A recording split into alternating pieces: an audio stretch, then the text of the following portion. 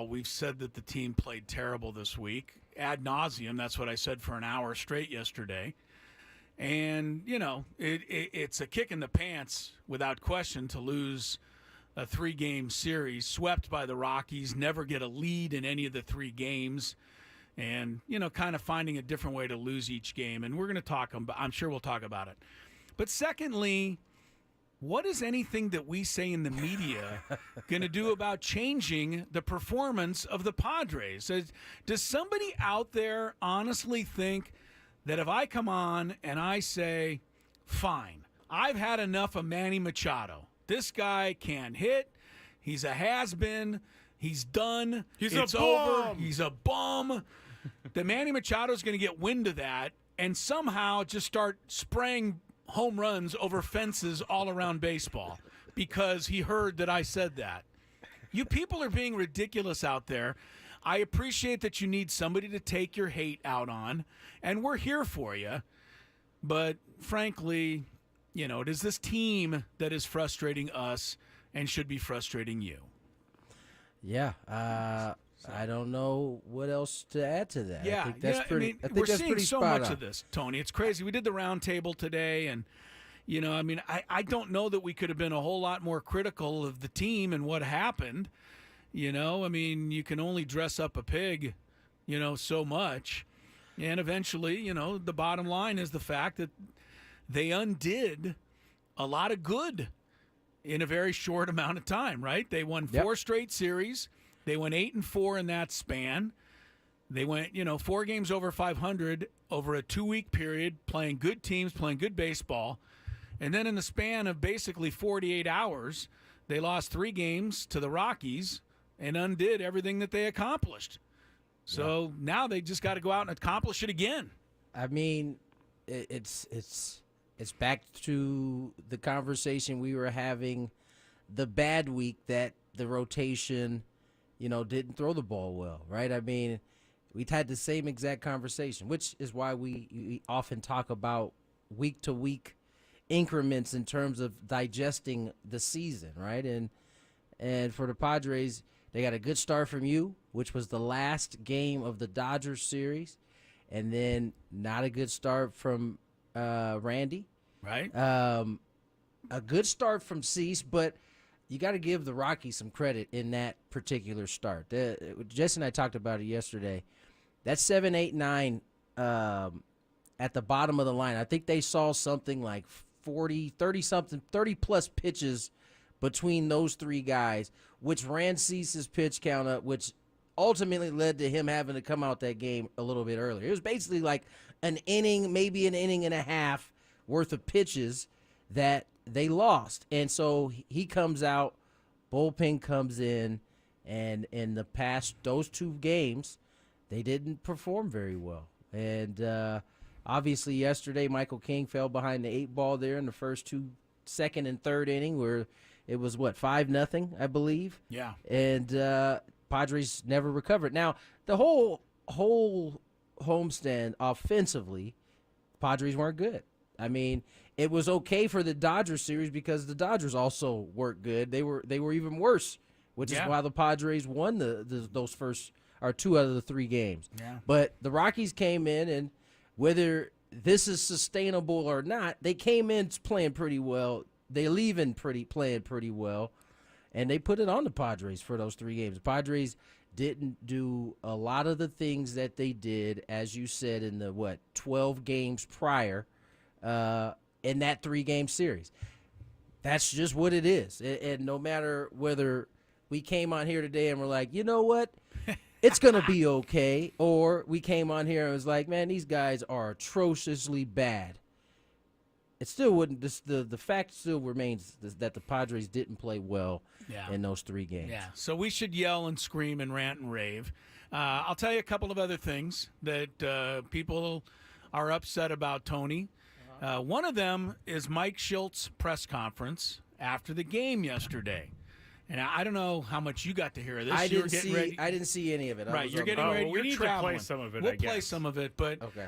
In essence, Mike Shildt, I think the media, which is of course being called soft, but at the same time, the media was trying to hold Mike Shilt's feet to the fire a little bit about losing 3 games to the Rockies.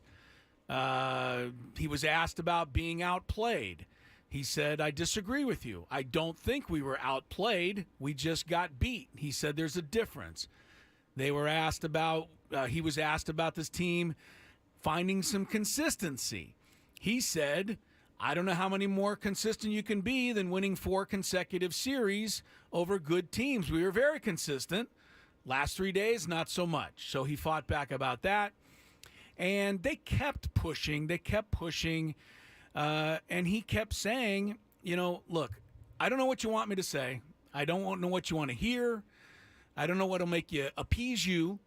He goes, but I'm not, giving up on this team based on 3 games that we didn't, do very well and have good outcomes against the Rockies.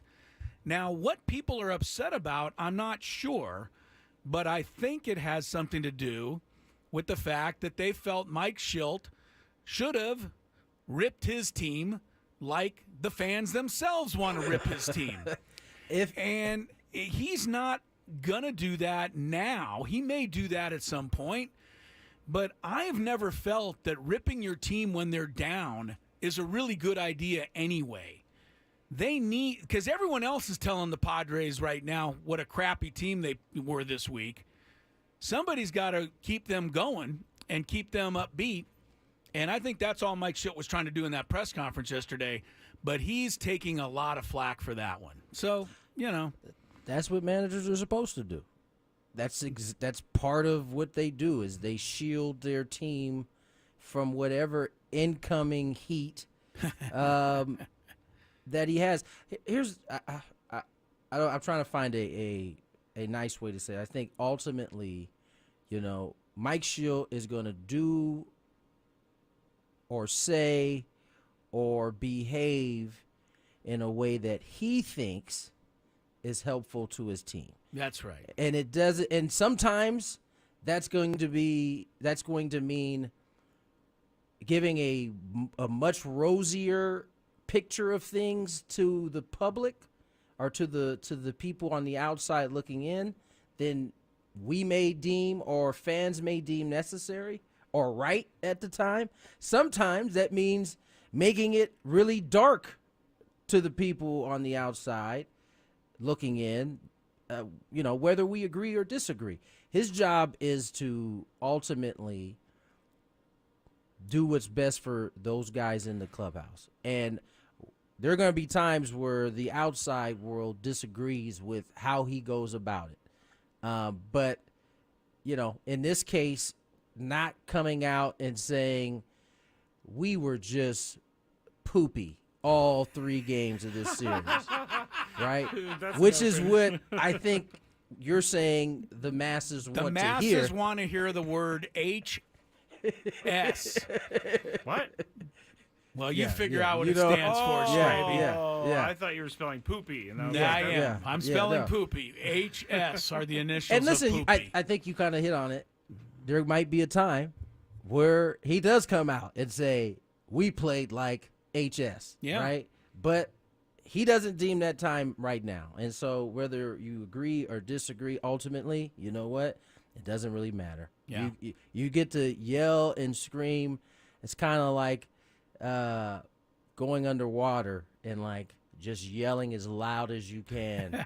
We don't have to hear you. That's what his job is to do. In some ways, it's kind of insulate his team. You bring up a really good point, Tony, and actually Ben Higgins brought this up on the roundtable, and you'll hear the entire roundtable. Believe me, we talk about all of this stuff for a commercial-free hour.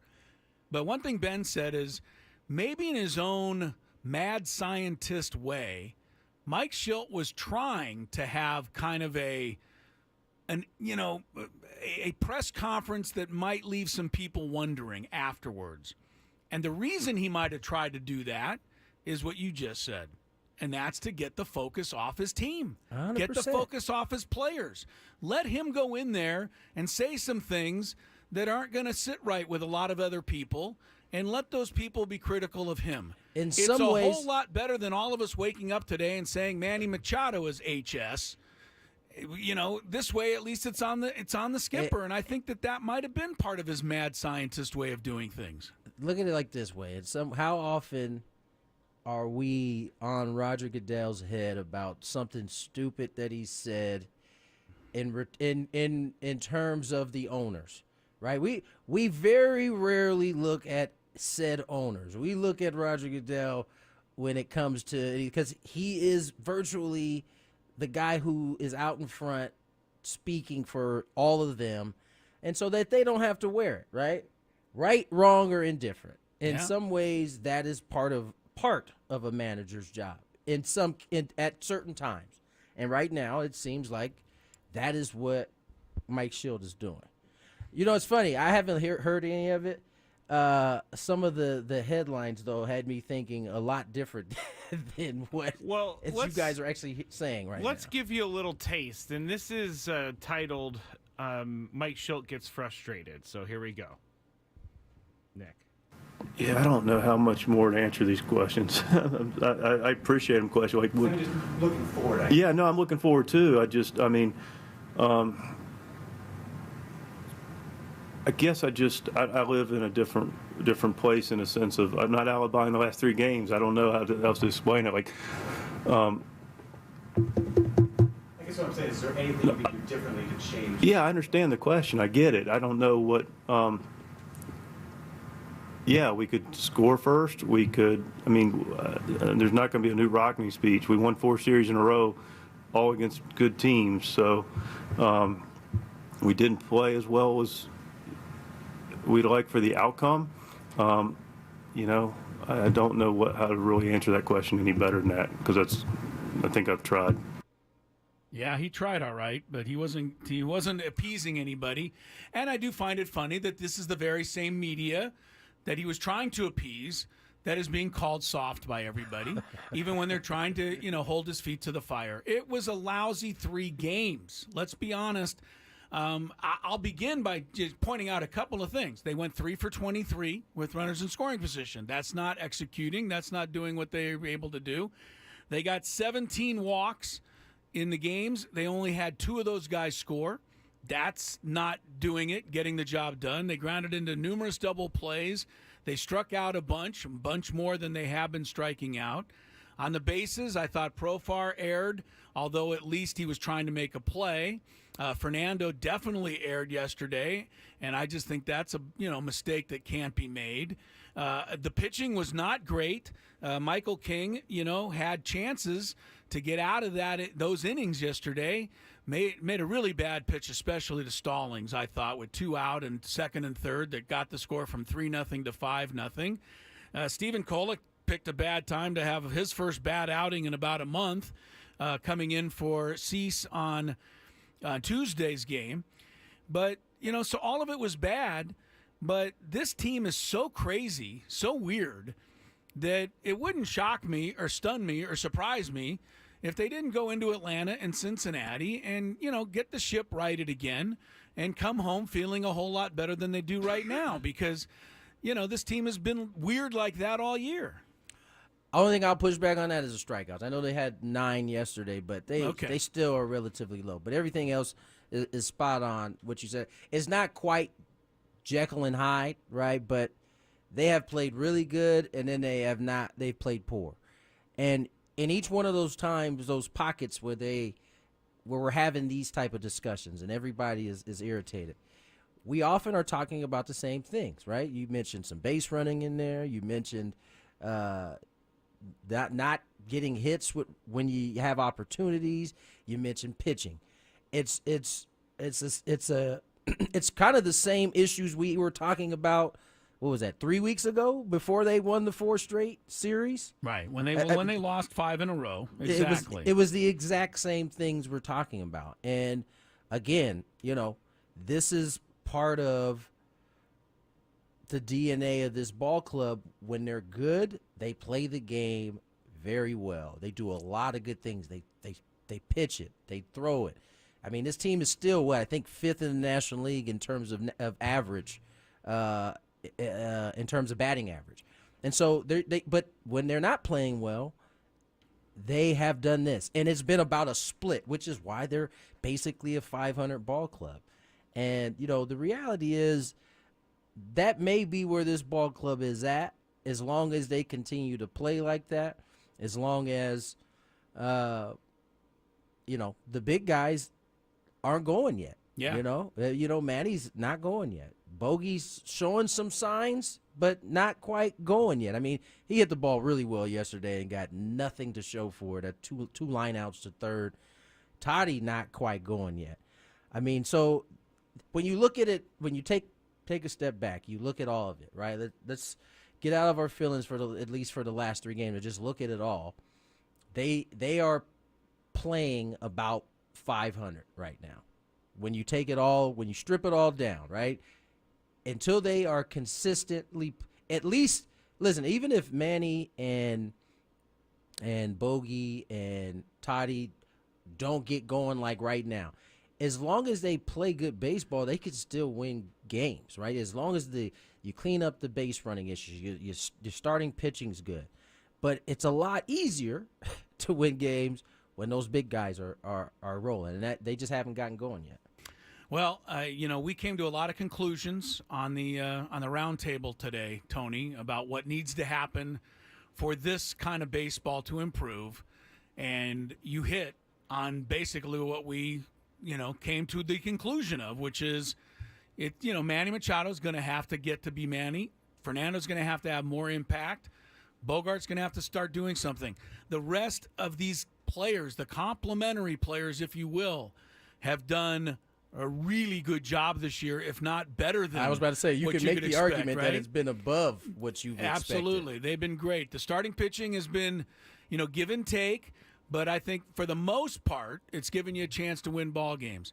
The bullpen, like a lot of bullpens, has some hot streaks, has some cold streaks, but the one thing that's consistent is that Manny and Fernando haven't taken over yet. And for this team to, eventually get going here, that is positively, absolutely going to have to happen. Otherwise, we're probably going to be going through conversations like this for a while. That's the reality, right? I mean, just think when the Padres, their 2 playoff appearances, right? In 2020, 2022. Yeah. You had Toddy have an unbelievable year in 20. Manny followed that right behind him. In 22, you had Manny finished 3rd in the MVP that year race. Okay. I mean, so in order to have those type of moments or those type of years, somebody is going to have to play a huge role. I mean, that's how it goes. Yeah. All right. So that was Is it really 220? Yeah, we rolled along pretty good there. And we're probably just. I even have more to add to the conversation. Oh yeah, we'll add some more to it as we go along. I mean, there's a whole lot of other things that people are upset about, Tony. So we'll be able to carry on with this for a while, and we'll address it. But I'm personally just a little frustrated with the people saying that we're shilling for this ball club, we're protecting these guys. I that really bothers me, and it calls into question. To me, I take it a little personally that it calls into question my own, ability to try and, come on this show and discuss baseball with you. But you're ridiculous if you think I'm going to give up on Manny Machado in the middle of May when the guy for 10 years has had 30 home runs and 100 RBIs. I think that makes me sound stupid to give up on Manny Machado at this point. And I'm not ready to give up on a ball club yet. That if the playoffs started today, despite their crappy record, would be in the playoffs. So stop it. We're not going to just arbitrarily come on here and give you New York, Philadelphia, scream bloody murder and call these guys a bunch of losers. How about this? I think we could make this exchange.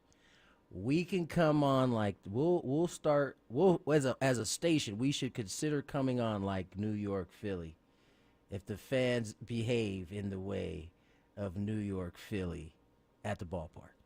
Well, they did boo pretty loud on Tuesday night, I gotta say. Yes, That but was- they missed their chance to boo Will Smith over the weekend. They didn't miss their chance to boo. No, Manny they was on it. I And mean, you know what? I even thought, that's warranted. 2 GIDPs in the same game? of course Come it's on. warranted. Of course that's warranted.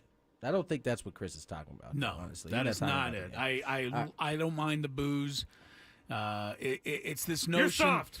It's just this notion that we in the media can get the team turned around if we would just come on the radio and scream and yell. And that's More to come. yes. Gwynn and Chris, sit back, have some fun. Did you?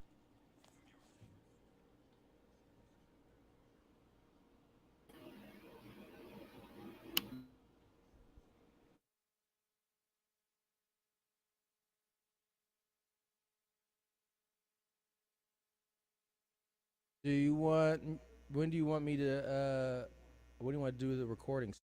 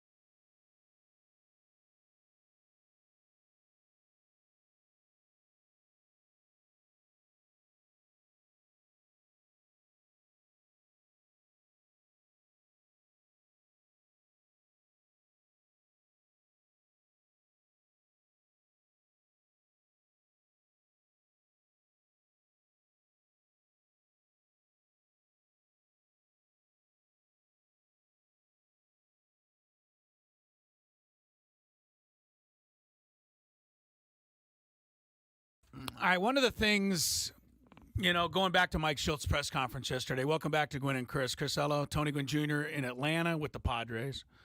Matt Skraby here in the Odyssey Palace Studios. One of the things that keeps coming up was Mike Shildt said, I didn't think we were outplayed. And a lot of people say, well, yes, you were. And, you're not acknowledging what we, I guess, as fans and media all saw. We can discuss this and will as we go forward. But here's some things the Padres did not do. They did not go 11 for 27 in the series with runners in scoring position. They did not have 10 RBIs from the bottom three hitters in their lineup. And they did not score 13 of their 19 runs with 2 outs. Those are all things that the Rockies did. And if you want to just say, this is all the Padres' fault, so be it. I think it'd be silly for the Padres to look at this series and say, hey, there aren't some things we need to clean up going forward. We're going to have to do better. But Colorado just came off a sweep of the World Series champs, and now they got another sweep. It doesn't mean one way or the other the end of the world. And for an example, I will give you this. Last year during the regular season, your San Diego Padres swept the Texas Rangers. How'd that turn out? Turned out okay for the Rangers. So, hey, look, you got to keep it in a little perspective, and you got to give a little credit to the opponent, and then you got to, figure out, okay, where can we be better? But Colorado really did. Jake Cave, their right fielder, looked like Roberto Clemente in this series, Tony. I don't know how many great catches that guy made. At least 4 or 5. Dakota Hudson was probably on as thin of ice as you could possibly be on a big league roster. And came out, this guy threw his curveball 2%.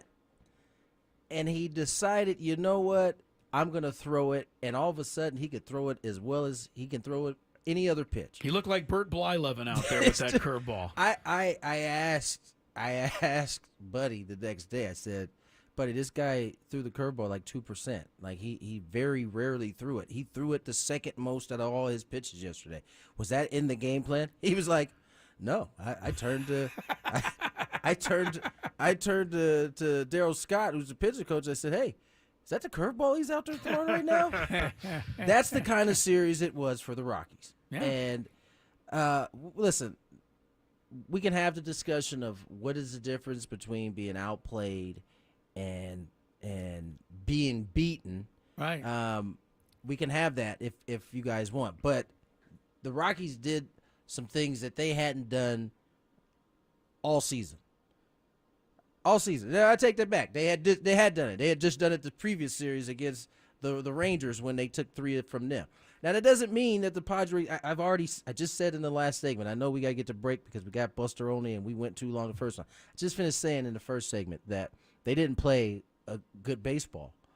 But that doesn't mean that the Rockies just, lucked up and slipped into 3 wins. But here's another question I have. Why does it seem like the Padres struggle against bad teams and play well against good teams? That's a good question. And I think it's a fair question, although when the numbers don't necessarily back it up. Going back to last year, I thought the Rockies played well against the Padres last year, and then I looked it up, and they didn't play all that well. The Padres had a really good record. But it was clear that was on our minds, right? Because I think we all talked about after they won the Dodgers series, man, it'd be nice if they just didn't win it here and they took care of business, right? So it was clearly on our minds. So I don't know if it's just a perception thing that's the case, but it certainly was true this past 3 games. And all of those things we've talked about can all be true as well as, what you just brought up. I can't believe the Rockies, who haven't scored a run on the road all year, actually scored a bunch of runs on the road. Well, they came steamrolling in here with 3 road wins all season. So, I was pretty close to accurate on that I'm going to particular revel in this statistic. for now because I don't get this I very definitely often. noticed the open and that know. being dropped in there for sure. Well, he was really excited that he had me on the fact I predicted a sweep until I told him that there was a sweep. And then he had to kind of calm down a little on that one. Rethink it. All right, Buster Olney from ESPN is going to join us. He and the group, the gang at ESPN, have the Sunday night telecast this week. Padres and Braves will be the Sunday night baseball game. We always get great baseball insight from Buster. That's next on Gwynn and Chris. Ben and Woods on the Fan. Abraham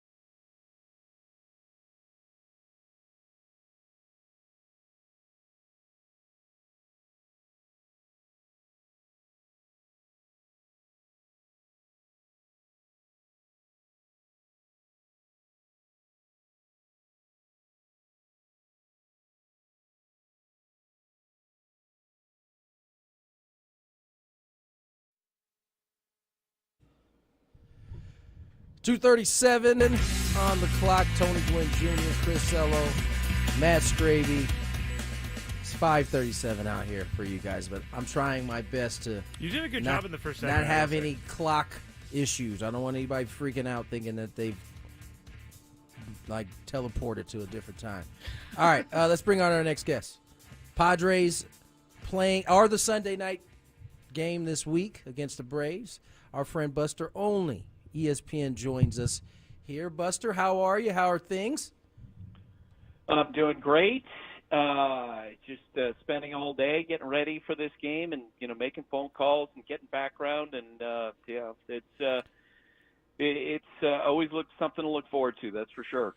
Well, I'm sure in your background work right now, I know at least in San Diego, the sky may be falling in some people's eyes after being swept by the Rockies. Mike Shildt catching some heat from the fan base a little bit.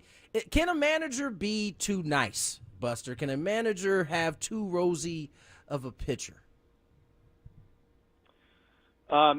Certainly to the fans in the presentation, and look, all Mike Shildt needs to do is call his good friend Aaron Boone, the Yankees manager I used to work with on Sunday Night Baseball. Booney is someone after a game, he's asked a question and he's going to spin it forward positively.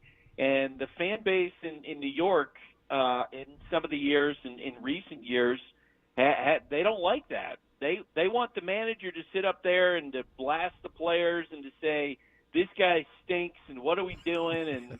And Booney will never, ever do that. And I don't know if that's specifically how Mike is answering questions, but I'd say he's not the first to, if that's what he's doing, he's not the first to do that. I think because especially in this era, I mean, you are not going to move forward if you're criticizing players. I'm sure you saw, Ron Washington the other day when he's asked about, Luis Guillermo not putting down a bunt.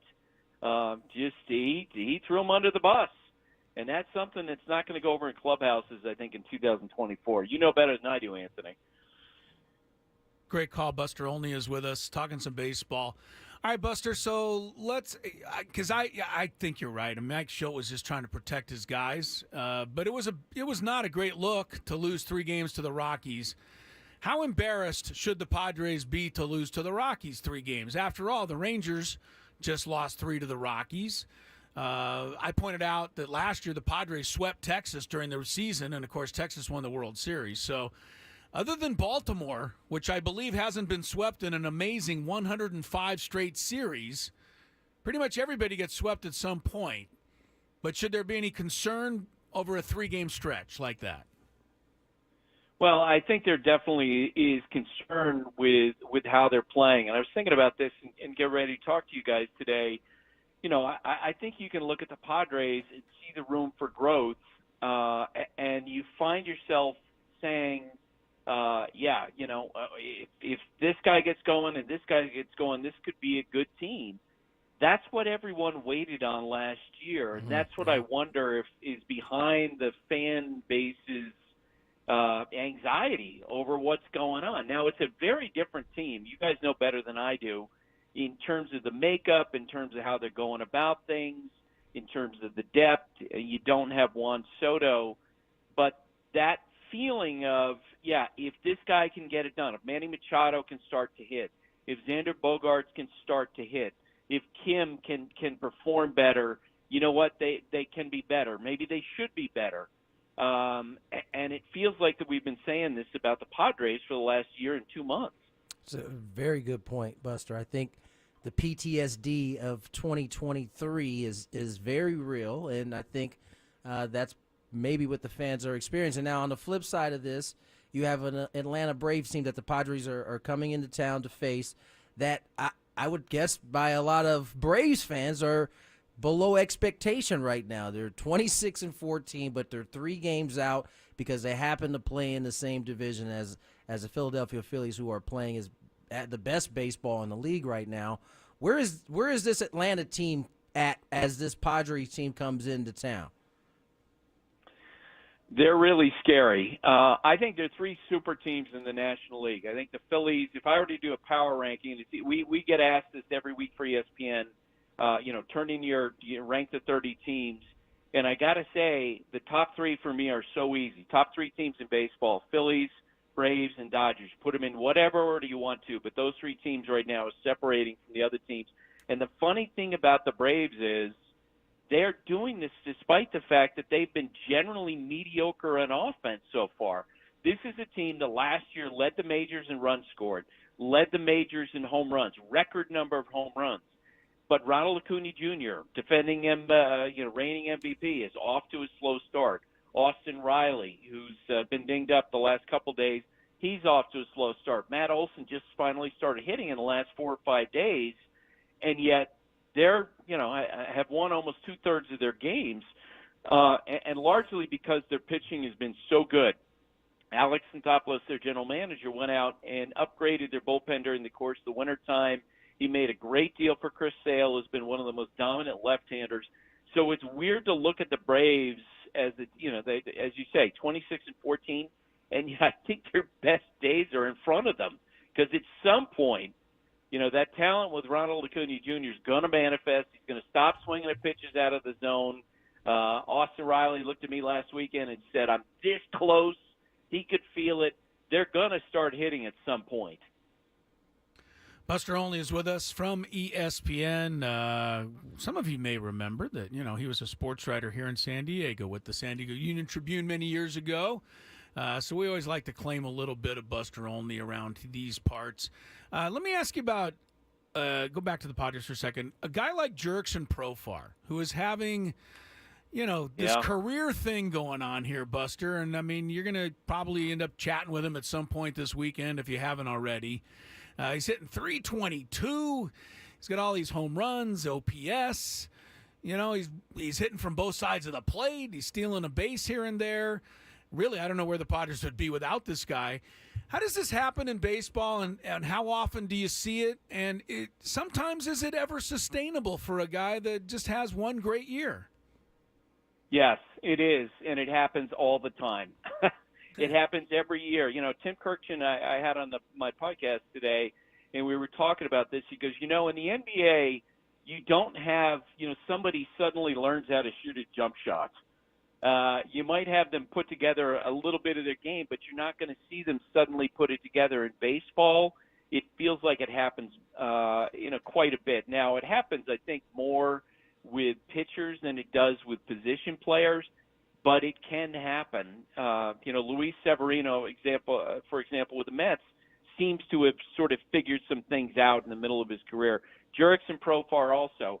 As you guys know, he's always been seen by evaluators as wildly talented, someone who's always had the ability, and now it's cool to see him, putting it all together. We had him, earlier this year, the first weekend of the season, he wore a microphone for us, and I mean, just to see his joy, you kind of wonder if, getting, and I have not asked him this, so it's really probably not a fair thing for me to say, but to sort of be dispatched to the hinterland in Colorado for a year, and then to be able to go back to San Diego, it was like, whew, okay, I get to be on a team that is relevant again with a lot of good players, and it is cool to see him put it together right in the middle of his career. Buster Olney joins us here, ESPN, and he'll be on this Padre Brave game here coming Sunday. Buster, I want to talk to you a little bit about baseball in general. It certainly seems like, and it's early, I get it, it's May 16th, but I feel like this is the first time in a while where I've looked at the standings, and there has been this few teams that have already packed it in for the season. It seems like we are having at least to this point, a pretty competitive league right now. When you look at the wild card, I mean, all but two teams, and I mean, shoot, the Rockies even at this point are 5-0. And I know it's May, but it does feel like this year there are more teams, competing a little bit harder. Do you think that's due to the extra wild cards being in place and us teams finally kind of being able to lay out for it a little bit? I think that's part of it. I also think that the two divisions that we always sort of looked at as as the worst divisions in baseball, have actually taken a step forward this year. We're always sort of used to, well, we get one team from the American League Central that might be relevant and one team from the National League Central that might be relevant. Yeah. And this year, those divisions are so much more competitive than they've been in the past. I actually, every year there's always a team that really catch your interest. I love watching the Kansas City Royals play. Yeah. Like Bobby Witt Jr., their shortstop, he's so dynamic. To see his progress, they're a great watch right now. The Cleveland Guardians, with the Naylor brothers, have stepped up, and they're a better team than they've been in the past offensively, and that's difference making. To see, I mean, even the Pittsburgh Pirates are down in terms of how their wins and losses, but now they, promote Paul Skeens, and that game tomorrow against the Cubs is much watch. So I think it is generally, I would say that I offer you some advice and say, do not utter those words to fans of the New York Mets or the St. Louis Cardinals. Yeah, they're not happy. Those fan bases are not happy right now. The other thing, too, you mentioned the Cardinals, Buster. I mean, this is now a second season in which they're, performing well below expectations, and that might be another story. But are the Astros the biggest surprise in the negative category? And everything I've read, people say it's bad, but don't worry, they're going to get it turned around. Maybe they're showing some signs of it now. Do they miss Dusty Baker? What do you think's happened in Houston to this point? Well, their pitching fell apart early in the year. Some of it was injuries. Justin Verlander started the year on the IL. Christian Javier was injured. He is injured now. He's going to make his way back. Jose Urquidy got hurt. Framber Valdez went on the injured list. So for a while that was kind of frayed. But here's the thing, they're coming. And the Rangers and the Mariners probably are going to regret the days later in the year when they did not put that team away. The Rangers are slogging along. And then maybe we expected this for the Rangers because it felt like they needed to play a little rope-a-dope this year with Max Scherzer and DeGrom out for a lot of the season. They just have to kind of hang in there until those guys get back. Seattle Mariners are a head-scratcher in terms of their offense and where they are. They had a chance to bury the Astros, and I think starting today, Houston was only 5.5 back, and they've got a dynamic offense. The addition of Josh Hader, I think they'll figure out their bullpen issue. And I do think they do miss Dusty. I think anybody who had Dusty as a manager would miss him. But at the same time, I think they have enough talent on that team. Valdez was better last time. It feels like he got his sinker back, that they'll be back in the race at some point. 7 straight seasons of reaching the American League Championship Series. It's crazy. I mean, they have been they basically been the Dodgers of the American League side, except they've gotten deeper than the Dodgers have on the National League side. Buster Olney joins us. And Buster, I saw today that the Yankees are going to open up negotiations with Juan Soto. Now, it seemed as though they were just going to kind of wait this out, but apparently, I'm guessing his performance to begin the year has maybe sped this process up. I mean, I know what the number I've heard in that atmosphere in terms of what Scott Boras is going to ask for. What do you think the number actually is? I think anything north of 461, because that is the present day. You guys know this. It's the present day value of Shohei Ohtani's contract. The whole $700 million thing, it's a mirage, and everybody in baseball knows it because there's so much deferred money in there. The actual present day value of the contract is 461, and so if you're Scott Boras and you're looking for benchmarks, that's the number to beat. You also could go for $500 million. I've had agents tell me their feeling is there's no way that he gets to $500 million with Soto unless a lot of it, like Ohtani's, is deferred. They just don't believe that's going to happen. And I've wondered about this because you guys, I mean, yeah, everyone would like Juan Soto, and he seems to have fit perfectly with the Yankees. We can always have a long, separate conversation about whether or not, playing alongside Aaron Judge has really helped him versus the situation that he had in San Diego last year, where it feels so much like the stories I've heard are oil and water and all that. With Judge, it seems to be really fitting. And if you're Scott Boras, you typically do take your clients into free agency when you're this close to the open market. But here's the thing. How many teams are going to be willing to pay that kind of money? You're basically talking about the Mets and the Yankees, maybe one other team.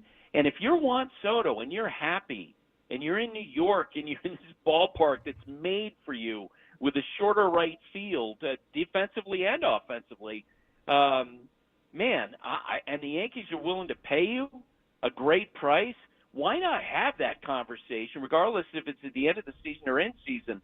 Because I got to believe he'd be a lot happier playing, where he is right now versus some of the other alternatives. Certainly seems that way right now, Buster. We, as always, appreciate you coming on. I'll be able to catch up with you in these next couple of days, but always appreciate you coming on our show. That'll be great. Thanks. Thanks so much, Buster. Good to talk with you guys as yes, always. Sir. Thanks. See ya. Buster Olney, ESPN. You'll catch him as a writer. You catch him on his podcast. You catch him on the sidelines during Sunday Night Baseball. Always fun to catch up with him. It sounds like Buster's pretty dialed in there in terms of all of those topics we covered. What do you mean by oil and water, though? Yeah, I don't know what he meant. I was like, huh? Wait a second. I haven't heard those two words put together with that. Yeah, that's what it is. Where you been, man? Where have I been? I just heard it, and I was like, huh? Let's get to break. When we return, more Gwynn and Chris. I assume we got some Daily Gambit coming? We sure do. Indeed. Daily Gambit on the way. More Gwynn and Chris.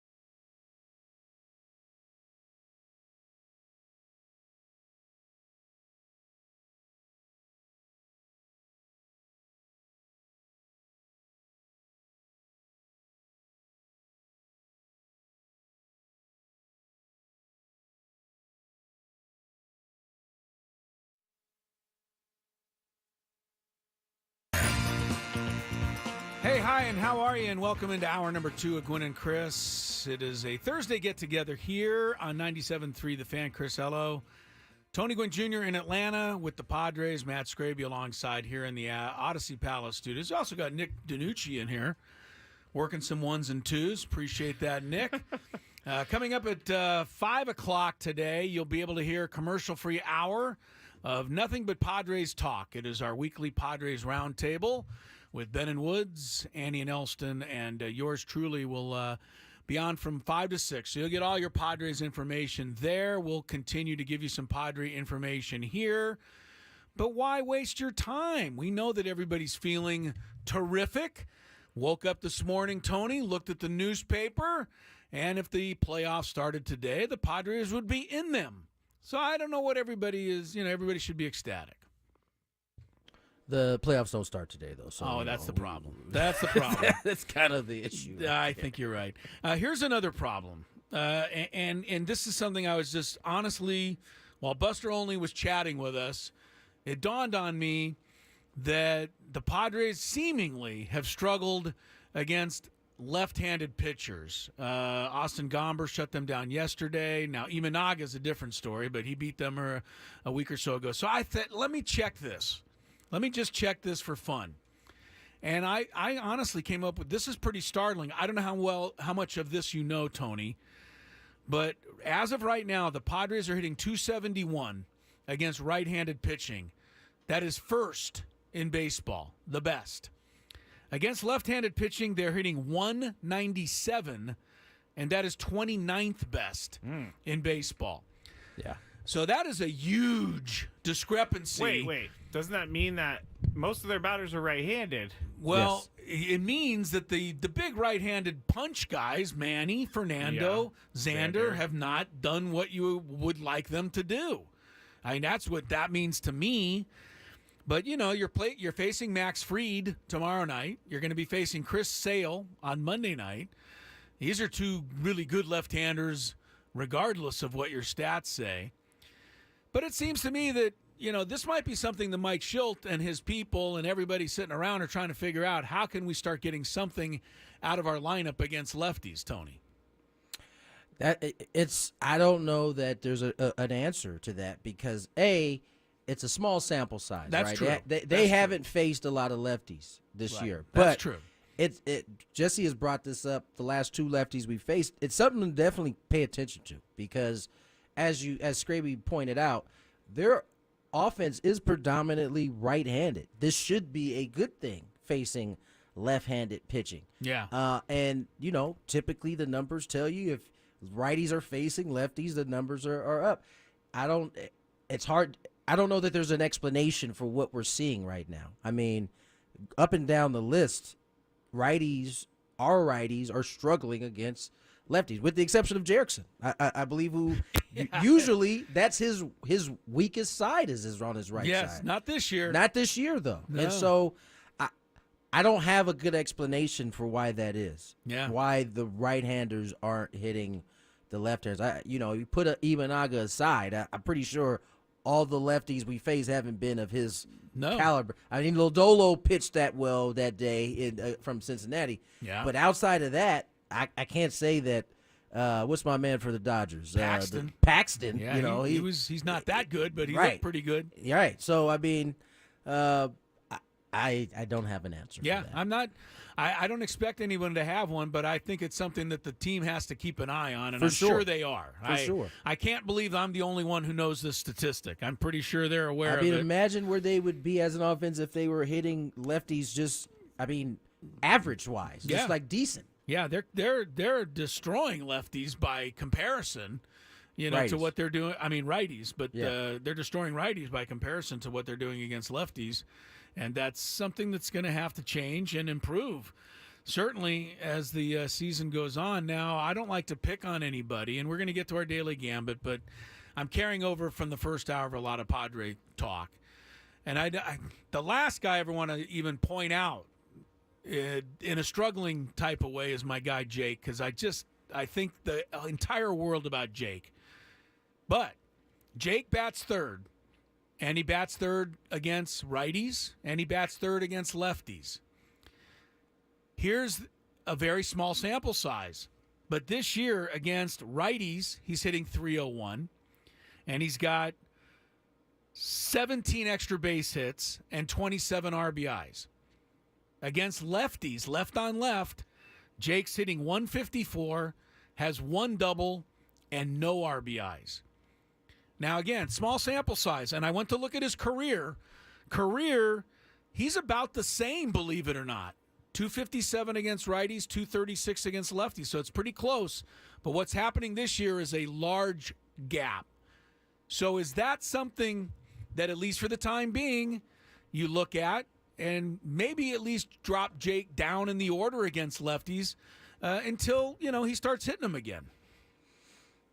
I don't know. I mean, you don't have a lot of lefties. Remember, part of the reason he's there is to break up Toddy and Manny so that they're not right on right. So if you're going to move him down, you're taking that component out of it. So I don't know. I think for Jake, I mean, how many at-bats does he have against lefty? They can't have not many. 39. So I prefaced it by you saying did. it's a small. I'm just saying that I don't know that you want to take away that component just yet, based on that many at bats. But it's certainly something, you get a few little more bigger sample size and it's the same or not much improved. Yeah. You got to look at it. Yeah. All right. I mean, we're all trying to figure it out as if, the sky has fallen once again, and the sky has not fallen once again. I'm actually being calm these days. What's going on? Yeah, you were very calm yesterday. I did after give the game. a fake eulogy to start the Skraby Yeah, I don't know if you heard his show. show. I his did show not. last. I'm so glad I did. Can you play the clip of how you opened the show? Oh, you want me to? The music. Let's. I what, I just want might to hear as the well music for how Oh, you well, opened the show here. yesterday. Okay, I have to tell Go Nick, so. go over there and square Nick away. But here he came on after our hour, and we had an hour together, Tony, and we were upset about losing 8-0 and breaking down and taking phone calls. And then Skraby takes over the show, and you got the here's the music that he opened with. Do you want me to do it live on the air again? Well, you can recreate it a little bit, but let us hear No, some I of don't the, want to recreate it. Let us hear some of this music that you Okay, came go in ahead, with Nick. yesterday. Dearly beloved, we are gathered here today to mourn the loss of the Padres season. Yeah, Basically, that's what I said. And then at the end, That's I said, him. I'm joking. that's him. It's yesterday. not over. I was trying to break the ice because it's so depressing. You were trying to break the mood a little bit. All right. Oh, see, Junior says Scrabinators needed that. That's right. And we also did a therapy session on the air last night. Therapy's good. Everybody did, should have some therapy. I did one negative Padre thought, and I had to replace it with one positive Padre thought. I love that exercise right there. That is a the therapy exercise Yeah. right there. And that is my most hated therapy exercise. When my therapist told me that 10 years ago, I was like, that's stupid. I'm not doing that. That's And I awesome. do it every day now. That was a Explain part to of me your how- show? Explain Yeah. to me how this That's works. good. This is a therapeutic move. I've not heard this, and I've been through plenty of therapy. So tell me again wow, okay. how this works. Every time you have a negative, so Every this is how it time came you up. have a negative thought, You have to replace it by one positive thought because your brain Just needs one to positive. that would wear me out, man. The brain needs to recognize that there are positive thoughts, and it's going to take. Here's an example. So last night I said, the Padres can't score with runners on base. Negative thought. Positive thought, the Padres get a lot of runners on base. I see. Starting pitching was not great in this series against the Rockies. What happens when your mind starts to say, man, F those opportunities on base. We ain't scoring them. How do you replace that one? They have scored this season. That's a positive thought. Okay. That's a positive. They thought. have scored enough. this season. Therefore, they will at some point score again. Someone said I need to grow up. I think the person I whose don't name think is San so. Diego Bleep on the chat needs to grow up. Wait, you need to grow up about what? therapy? I guess the whole eulogy thing. Oh, I think the eulogy was kind of a tongue-in-cheek, not a bad Hey, idea. So I will talk about. He said him mourning how we are out of the postseason in May. Number one, I never said you were out of the postseason. I just said the season was over. Number two, it's a joke. Said it was a joke. Jeez, people. He meant it You as should a- see my DMs. All right, you just meant it Now I'm all angry. as a lighthearted thing. I just want to go back to the therapy thing because I think, I mean, if that's what you've been told to do by psychologists throughout your career, therapy career. Therapist, yes. Yeah, therapist. That would be maddeningly. It's a lot of work. I It's mean, work. hard work, right? It's work, yeah, for sure. Because we think of negative thoughts, most of us, all the time. So I mean, to have to come quickly right in with a positive thought, I'd get worn out. Why do you think that I was able to stop drinking? I had to buy into it. I You had did. to tell myself Okay. positive things. And then it got so bad that my negative thoughts were so negative that I had to replace it with 3 positive thoughts.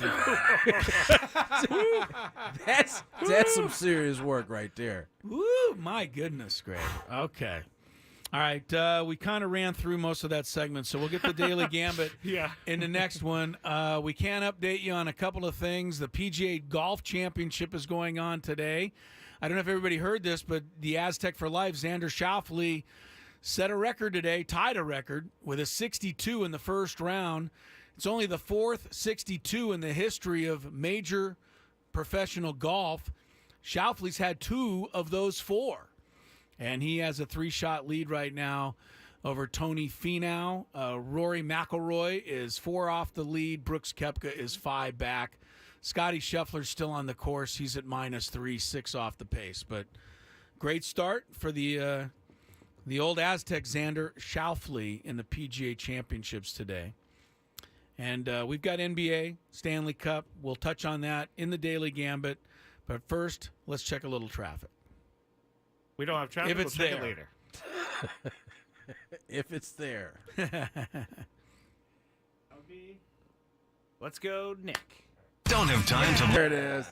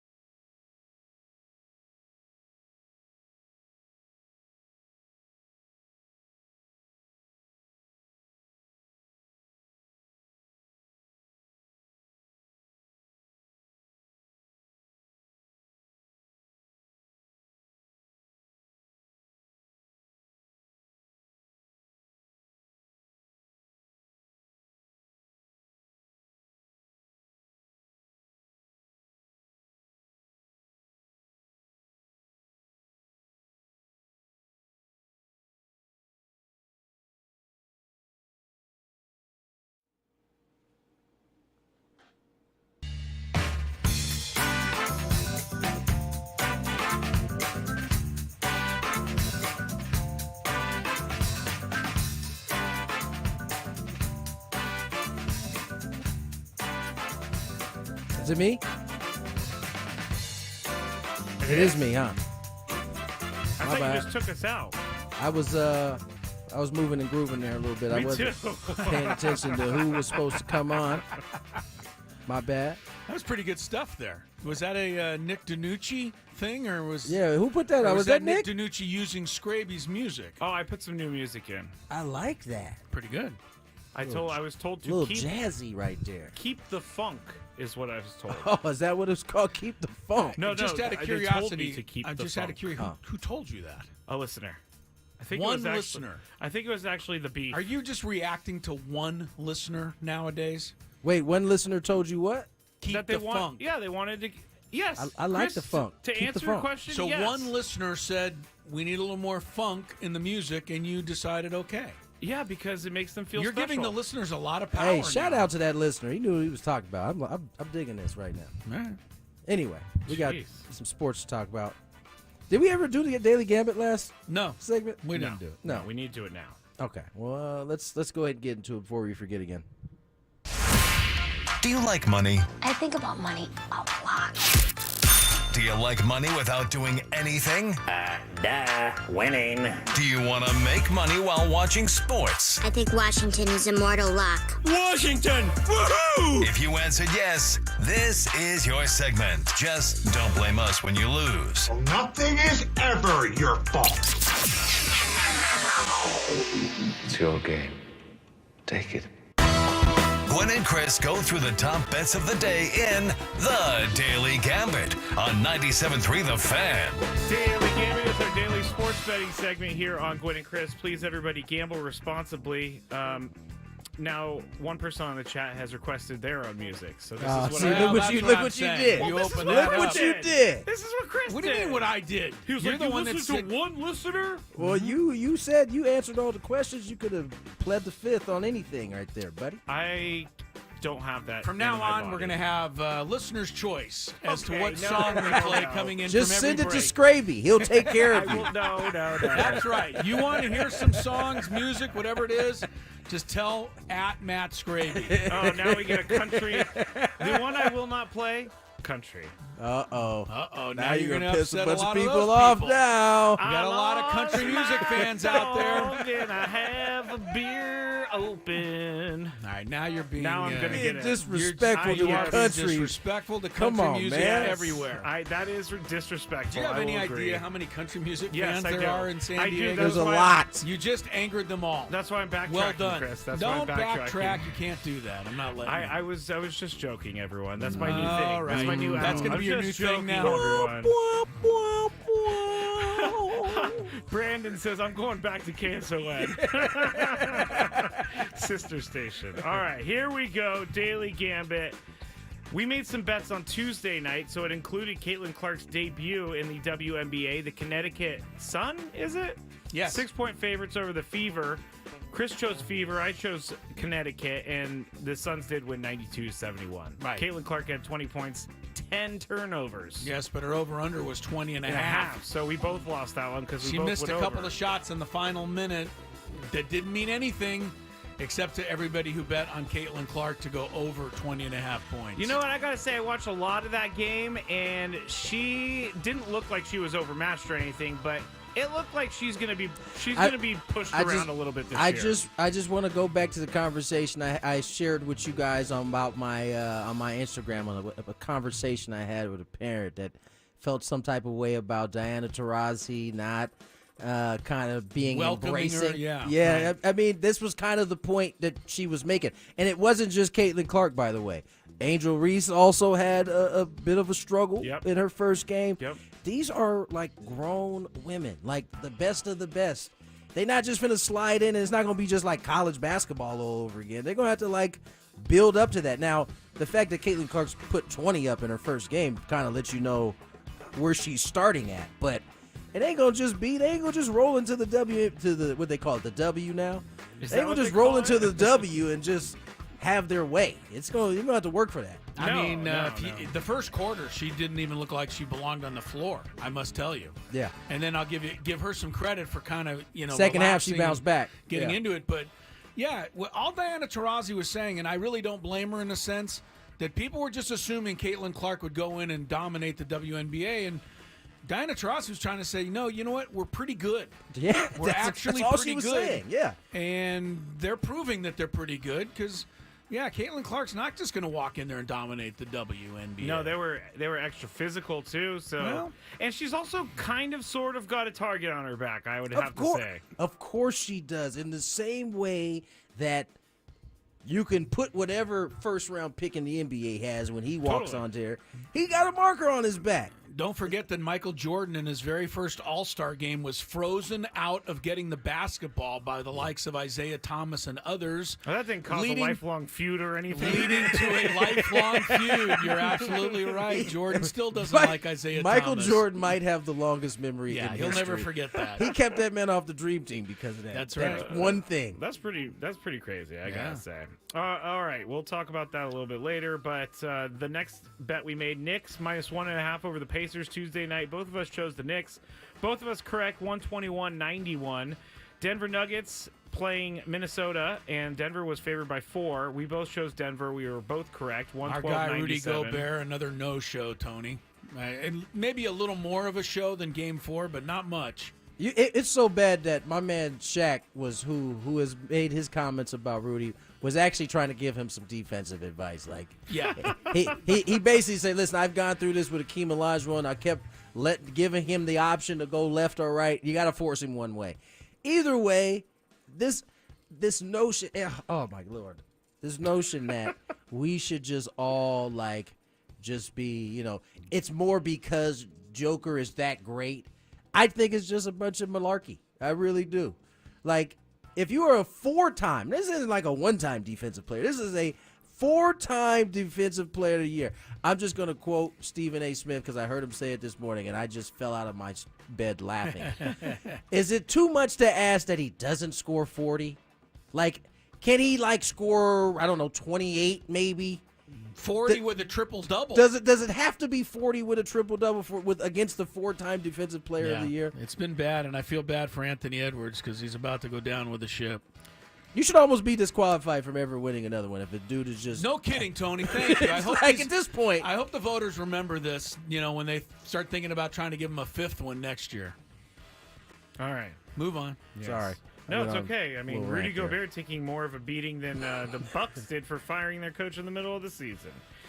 Anyway, Brunson. Yeah, no one cares about that. I know. It's over. It's been over. So then we had a bet on who would score more in their respective games, Jalen Brunson or Anthony Edwards. Chris said Brunson. I said Ant-Man. And Ant-Man had 18, so it's going to be tough sledding. But Brunson had 44, so easy win for him. Brunson's had 5 40-point games this postseason, which is more than any other player in Knicks history except for Bernard King. I think LeBron and Michael are the last 2 guys to do It's it. unbelievable what he's doing. I really can't imagine playing basketball and be able to score that many points.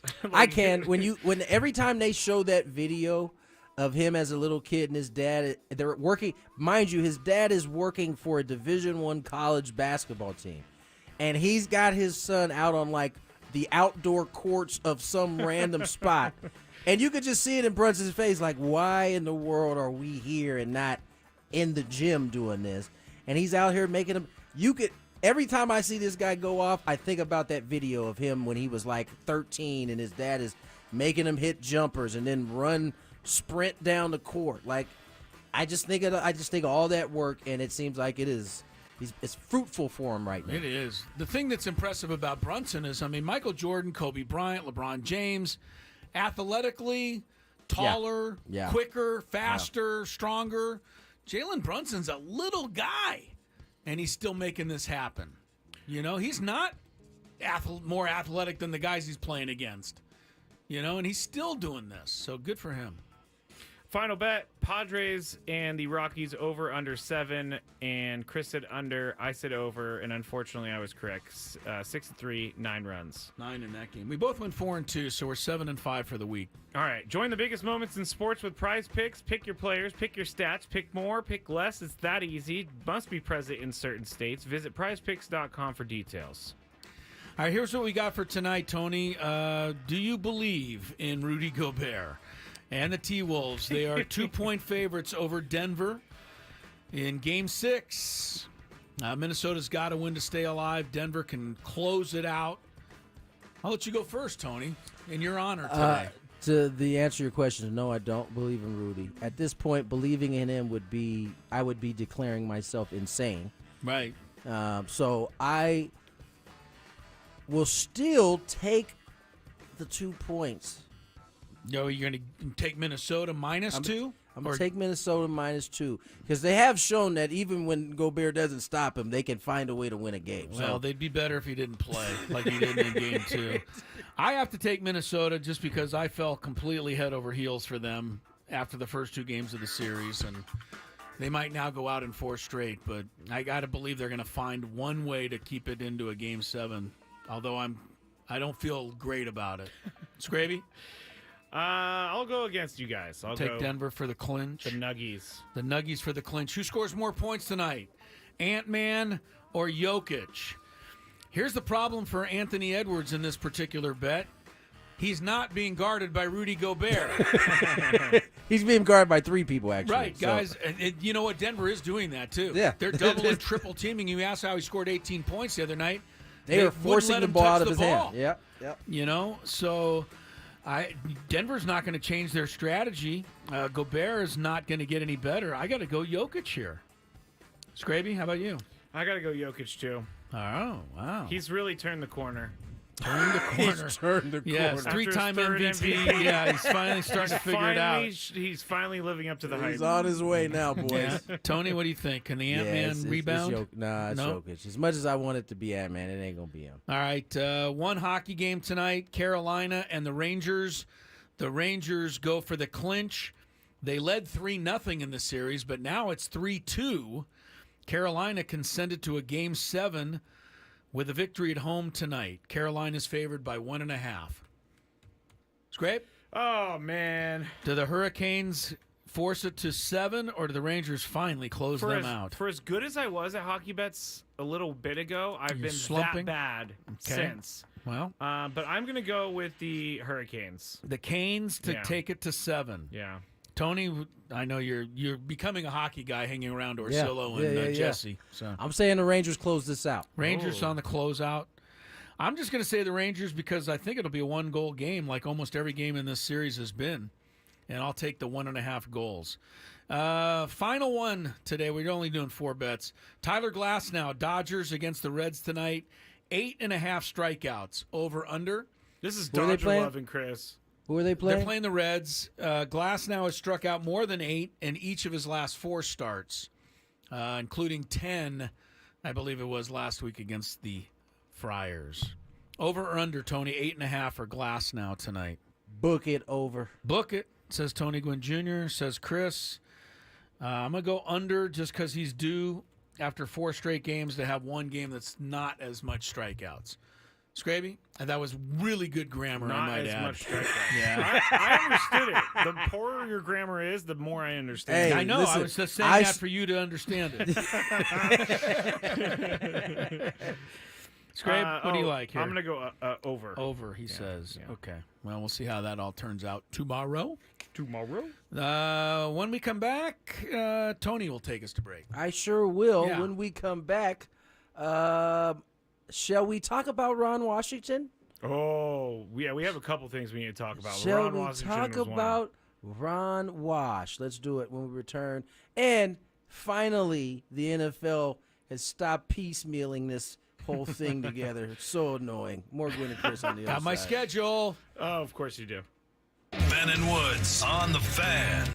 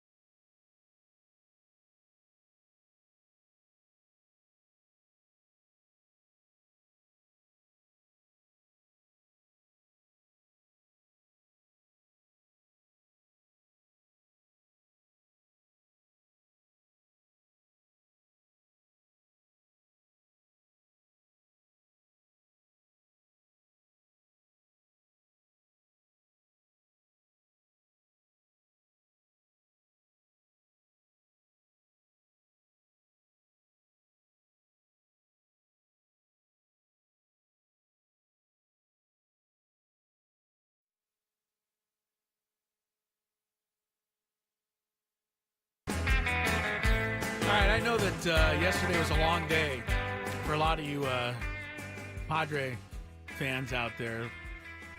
No fun. Losing 8-0, getting swept by the Rockies, etc. But to people like me, yesterday was almost as fun as Christmas morning.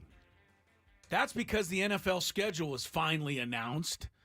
And I love when the schedule is announced. You can only have one Christmas morning, and you have two sports Christmas mornings now that I'm thinking about it. What's my other one? March Madness brackets. Yes, when the bracket comes out. Yes. That's another good one. So which is your favorite Christmas morning? The bracket. Really? Yeah, the bracket. Still. The bracket beats out the NFL schedule. We'll get to that in a minute, but before that, Chris Ello here, Tony Gwynn Jr. in Atlanta with the Padres. Ron Washington, manager of the Angels, coming under a little fire, but certainly defending himself with fire after he was criticized for criticizing his own player. Luis Guillorme was unable to get down a squeeze bunt in a 7-6 loss to the Cardinals on Tuesday night. After the game, Ron Washington said simply he did not do the job. It wasn't anything I did wrong. Lefty on lefty. I didn't sink a ball left-hander. I didn't want him to hit into a double play. He can handle the bat. He didn't do the job. It wasn't anything I did wrong. He didn't do the job. I would have rather went to the ninth inning with a 6-6 lead than to went to the ninth inning the way we did. It didn't work out. What did you think of some of the at-bats tonight from Shonwell and Paris, and good ones against? No, very good ones. We fell behind 5-0. We fought back. So we already heard the juicy part. Yeah, he also went on to say he, as in the pitcher, Romero, was throwing the ball in the strike zone. Went on to say, why are you making excuses? He was throwing the ball in the strike zone. Guillorme did not get the bunt down, period. That's a little different than the tack that Ron Washington took, a little different than the tack that Mike Shildt took after his team lost yesterday, where he was defending his players. Tony and I have talked at length about that. But, Tony, your thoughts on Ron Washington and his comments? I'm sorry, my seat is all kinds of jacked up. I'm sorry about that. I'm tangled up with this long You're tangled up with the cord and everything? I did see him. I was like, I had to get up out of the chair. Well, I wrestle with my earbud cord coming back from every break, so I get it. To answer your question, how do I feel about it? Yeah. Listen, I think everybody's different. I don't mind that. I grew up in a family that's right. talked that way. I grew up around coaches that spoke that way. And so for me, where is the lie or where is the dishonesty in his response? I don't feel like there's any dishonesty in his response. I feel like yes, but people are feeling sorry for Luis Guillorme. What is exactly wrong with his response? I would say it's not every day you see a manager say it's not my fault the guy didn't make the play. No, like, but that's not what he said though. No, but that's what he said after there were more questions of what the original question was. A manager in any sport, head coach calls a play. Let's say he sends offensive coordinator sends in a run. They pass it. It gets picked off. They ask him after the game, why did you call that play? And he says, I actually didn't. I called a run. Quarterback decided to call a pass. Well, whose fault is that at this point? Well, that's the quarterback's fault because he didn't do he didn't do his job. He didn't do what he was ultimately asked to do. I don't know that an NFL coach. I feel like an NFL coach would eat that and be like, "Yeah, miscommunication. That's on me." I beg to differ. Well, there's some head video coaches. out there. I'm sure somebody can pull it up of a coach saying he called one play and a different play was called. I definitely don't find fault in what he said. I feel like this is going to get his team's attention. So let me ask you a question. You don't. It sounds like. Well, I don't know that you care necessarily personally, Skraby, but it sounds like you disagree with the tact that he took there in terms of saying it ain't on me, it's on my players. Now, the flip side of that is Mike Shildt, who I don't know. Do you have a problem with his tag? There is something that happens with managers where, in the same season, Ron Washington, who just said, "Hey, he didn't get the job done," point blank. Period. There will be another point in this season where he protects a guy, where he says, "You know what," or whatever the case may be. He says he takes the blame for it, even though he could do the same thing. It isn't a one-way type of job. Like, you have to be able to be, I don't know, what's the word I'm looking for? You have to be able to adjust and make different decisions at different times. In this case, getting a butt down, I'm sorry, this is the same thing for, we can equate it to the Padres bullpen, right? When you're asked to come in to protect a 2-1 lead, and you cut the inning ends and it's 2-2 or it's 3-2, the cold hard truth is you didn't do your job. It's true. Is part of this potentially, for lack of a better term, the wussification of America at work here on the baseball field? I do believe this. I The do. wussification. I do too. Yeah. Because Dick Williams, Oh my gosh, I didn't know where you were going. Earl Weaver, Sparky Anderson, Tommy Lasorda. Yeah, I could go on and on. Lou Tony Piniella. La I was about to say, Russa. you don't even need to go back that far. That's what I mean. They would have come out and said, "Hey, we called the play. We didn't do it right. The guy didn't get it done." But now, if we don't protect our players, their feelings are going to get hurt. I also think the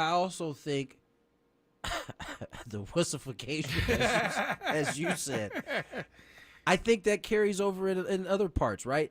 I don't know that in the 80s or 90s, like whoever said reporter, after a manager says, "I gave this," he didn't get the job done, there wouldn't have been a follow-up for the manager to say, "It ain't on me, it's on him." Like, it would have just been understood. Okay, you said you wanted this to happen, it didn't happen. Boom, I'm writing the story. That's how that's go. Now there is a need for an expansion of the whatever said idea was. Right. Did you say that you didn't think he'd get the job done? Don't you think that's going to hurt his feelings, Ron? Are you sure he's not going to cry when he hears about this? Right. I mean, that's. I also think a manager, knows his team and knows what his team can take and what they can't take. There's another aspect of this whole thing that Chris is talking about with those managers back in the day. There is so much social media and so much pressure from everywhere now. I think that's a little bit different. And I think that's part of the reason why you see managers now take the step to defend the player, Yes. because there is so much more scrutiny Yeah. than there was. However, we also have to be mindful that this is coming from an organization that has lost its way, seemingly. And Ron Washington, in a lot of ways, is trying to come here and do something completely different than everybody else has done before him. And in his mind, this is like kind of cleaning out all of the dust and crap that's been in there and trying to start from the basics again. And so, listen, this is, whether you agree with should he have done it or shouldn't he have done it is irrelevant. You're asked to do a job. In this case, it's get a bunt down. His reasons he gave you: sinker baller. I didn't want it to hit into a double play. Padre fans certainly understand not wanting to hit into a double play, right? Well, that's right, lately. Tony. It's all Mike Shildt's fault that Machado didn't bunt in the bottom of the ninth there. Right. Come on. In this case, he doesn't have a Manny Machado. He has got a dude who can handle the bat. They just traded for my man Guillermo from the Mets, or for the Mets? Braves, I believe. Braves. They just traded for him. Yeah. Probably for these type of reasons. And you get him in there. And listen, you don't need to tell Guillermo that he didn't get the job done. I know he knows that he didn't get the job done. Yes, I would hope that that's what his answer would be if they asked him after the game. 100%. If you got him in his locker, I didn't get promise the job you, done. I promise you that's what he would have said. Yeah. And so this idea that this should be like earth-shattering news that Ron Washington in a press conference and said, we put on the bunt, he didn't get the job done. It's mind-blowing to me a little bit, but it's kind of where we are. I know that there are a lot of Padres fans that would have loved to see Mike Shildt call out a player or two. I don't necessarily think that's the best thing for the team right at this moment, but I don't know if I may have been okay with it too, depending on what was said and all that stuff. Well, you can't have it both ways, depending on what was. I would have been okay with it too, depending on what was said. It's like kind of the opposite. Yeah, I don't think that Mike Shildt is the guy who's going to do this 46 games in. You got to go back to what Chris, or it might have been you, Skraby. These managers know their teams and their personalities on their teams. They know what buttons to push, what buttons not to push. They know who they can probably go public with, who they can't go public with. That's part of his job as a manager, is to understand some of those dynamics that, we on the outside looking in don't get to see on an everyday basis. Not to mention, and you again, I can hear it now. Well, maybe we need to get some players that can handle it. Well, I don't know if that's the answer or not, but you're gonna have trouble finding 25 of those guys in this wussification age. Sorry to say. I seem to remember a lot of people thinking Bomel didn't do enough, and I definitely remember that. So. Listen, everybody's going to do it differently. Everybody is going to attempt to do things the way they see fit. In this case, in Ron Washington's case, I don't have a problem with it. It's especially because it was like late inning. It was like, this is late inning. It was ball eighth game. inning. So we need to get this guy. I don't want you to hit into this double play. We got to get this squeeze down. We got to get it down. It's no different than the decision that Mike Shildt made to send Cronenworth back out there, give the run back in a big spot in the game, and it worked for him. You've sold Manny me. did the job. You've sold me. I'm standing with Ron Washington now. I'm just saying this shouldn't be like a big deal. I know he might be catching some heat from it. Mind you, he's probably not catching heat from anybody in that clubhouse. It's probably all coming scared from of him outside the. They should be. They should be. Well, I think that's one last part of this. I brought up Dick Williams, I brought up Earl Weaver, I brought up Sparky, Lasorda, all those guys. Correct me if I'm wrong, Tony, but those guys had a lot more built-in power over their players than managers do now. Whether that's right or wrong, I don't know. But in the day and age where players make so much more money than managers, I think some of the inherent power in being a manager has been stripped away. I can't deny that at all. There are so many more dynamics in play that Dick and Tommy and some of those older guys didn't have to deal with, that it's kind of unfair to compare it to those guys. True. I just also think that we looked at coaches differently completely at that time. I mean, it didn't matter who you are. Barry Bonds respected the hell out of Jim Leyland. Like, you saw it when they got nose to nose to each other. I mean, Jim Leyland is a much older gentleman. If Barry wanted to pick Jim Leyland up and body slam him, he certainly could have. But Jim Leyland was giving him whatever the business was about him and his attitude at that point. And Barry, although he had some things to say back, there was a certain line he was not going to cross when it came to that. Yeah, well, Barry wanted to tackle Jim Leyland, but he couldn't pass through all of the cigarette smoke that Leyland was blowing in his face, and Bonds was choking on. But he was right there in his face, though. All right, let's check a little traffic here before we get to the top of the hour. From the 97.3 The Fan Traffic Center, here's Kelly Danick. Traffic is sponsored by Valvoline. Instant drive-through oil change. Your trusted instant drive-through oil change. Crash involving a motorcycle has cleared up on southbound 5 right before Garnett. Further south on the 5 right before E Street. Two-car collision over to the right shoulder. Stalled car on the Coronado Bridge heading over to the island just past the 5. It's got the left lane blocked.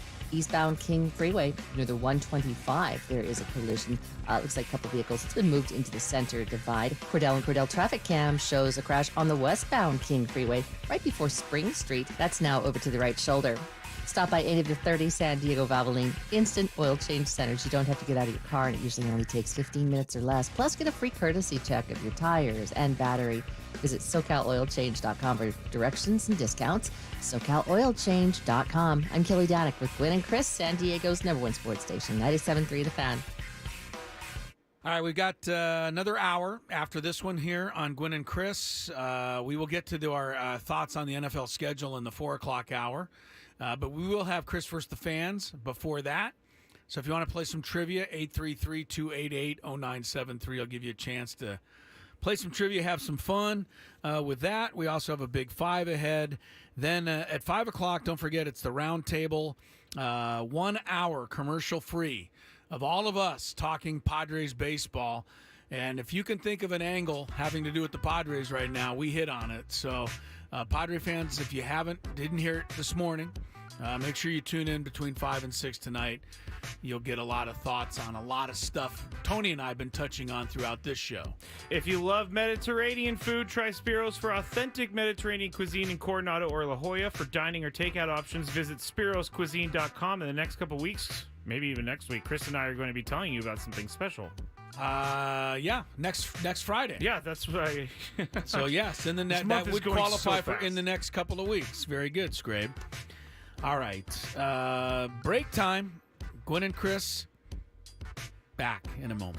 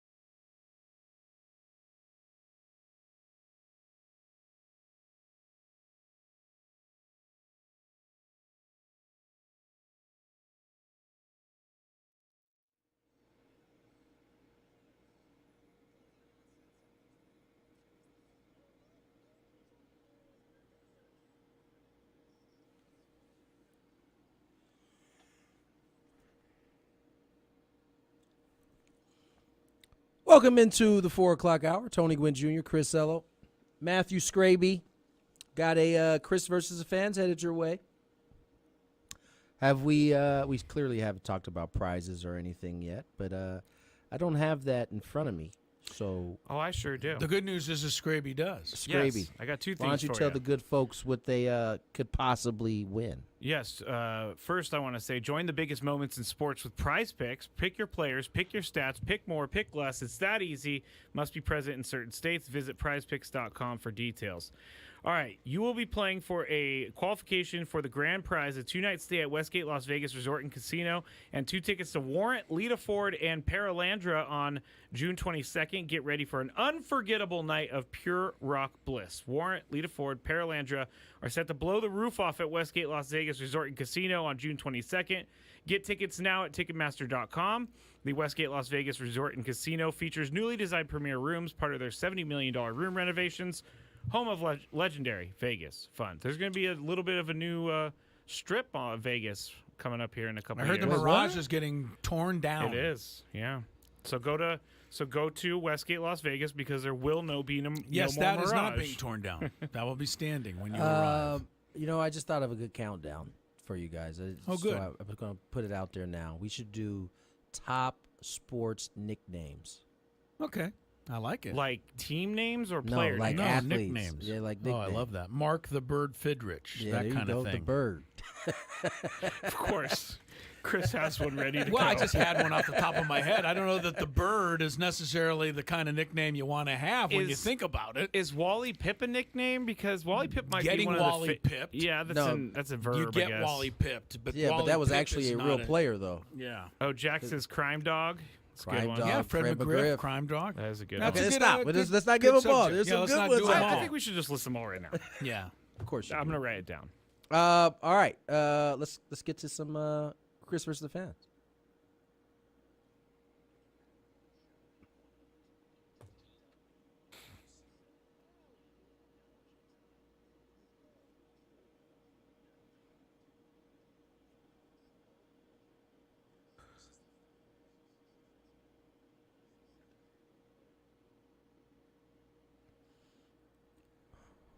This is your part, Skraby. Yes, you have to make it through 3 questions, I believe.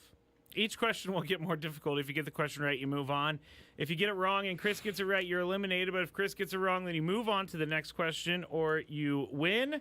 You know what Odd Thomas's favorite nickname would be? You Old can't say it Hose on- Radborn. Oh, Old Old Hose. That's Hose. right. You know, every once in a while I get some Old Hose in my Twitter feed, and I'm like, the only reason I know this dude is you because get of some, Thomas. You get some what in your DMs? No, Old Hose. Oh. Oh, I see what you're saying. Oh, wow. I walked right into that one. Careful. We're talking about Ross Hadborn or whatever the heck his name is. Haas. Haas Radborn. Old Haas Radborn, who Odd Thomas famously called Old Hose. Oh, man.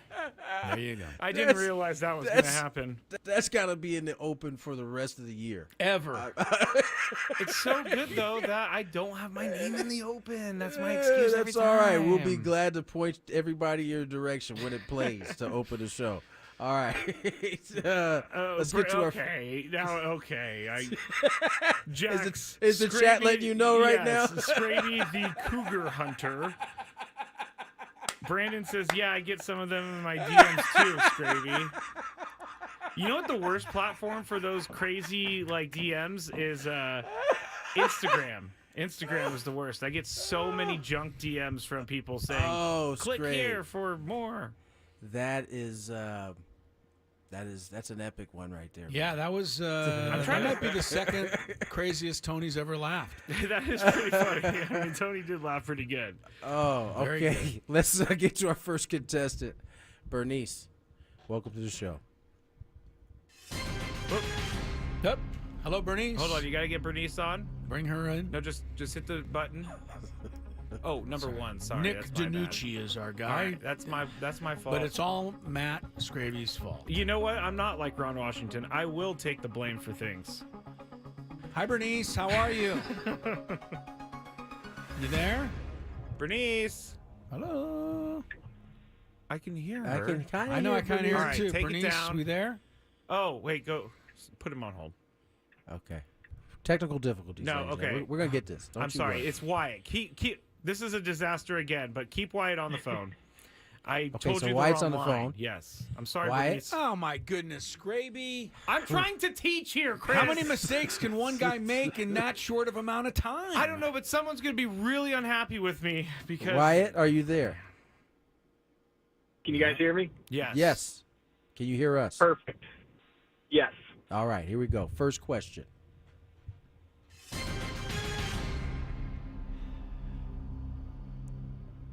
What team did Ron Washington manage first? Ever? First. Yeah, Major League team. Washington? Ron Washington, the manager of the Washington Nationals. That No, would be that is great, though. incorrect. Texas Rangers, I believe. That is correct. Sorry about that, Wyatt.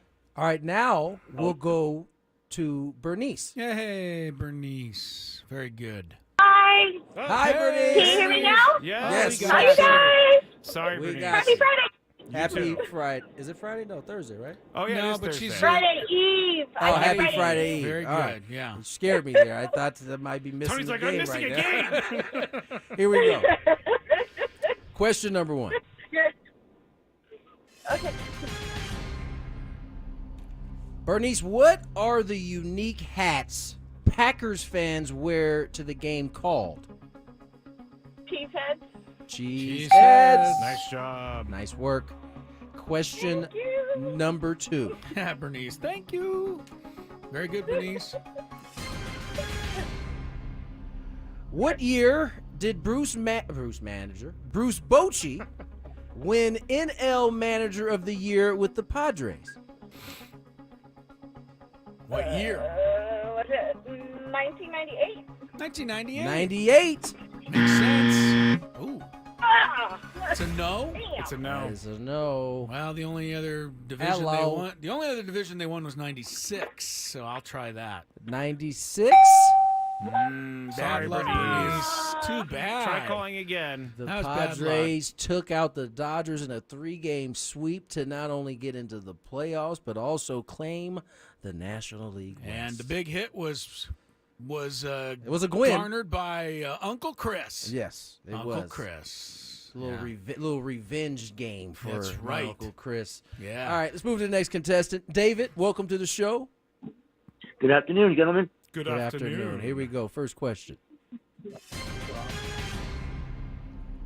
Oh, this is a good one right here. Which chess piece can only move in variations of the letter L? Sports That's question. Bishop. Bishop. You went with the bishop. Dang. Sorry, Hello. David. David doesn't know his chess. That's a knight. No, he doesn't. That's a knight. That is it a knight? It is It's a knight, indeed yeah. a knight. Yeah. Sorry. Sorry, David. Sorry, David. Bishop moves diagonally. Yes. If you're wondering if you ever get asked that again. I downloaded it. I downloaded a chess teaching app, so I'm learning. Are you about learning how to Start play having- chess? Are we going to do chess trivia for a while here? My son's actually pretty good at it. Trey will probably beat me. Trey. He's in The like chess chess club. champ. Yeah. He's in Oh. chess club. He was in chess I like club that. at school this year. That boy, is pretty. Trey? If for someone as young as Trey, I like that. How old is Trey now again, Tony? He's 8. Yeah, I think I was better at chess when I was 8 than I am now. Why? I don't know, because I used to play a lot as a little kid, and I learned how to play, and I learned a lot of moves and things to do. But I honestly don't. I don't have anybody to play. You know what I mean? Who do you run Yeah, into and yeah, go, yeah. "Hey, let's go play a game of chess"? You know, He definitely takes knows like 5 hours. He definitely knows some moves and stuff, so Right. which is why I don't play him. Yeah. Don't Okay, play. I'm not going to play him either. Let's go to the next contestant. Jason, welcome to the show, Jason. Hey, good afternoon, gentlemen. Good Hello. afternoon. Here we go. First question.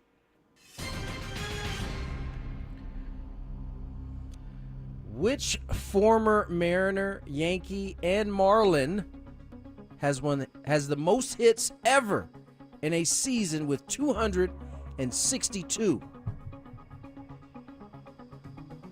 Ichiro.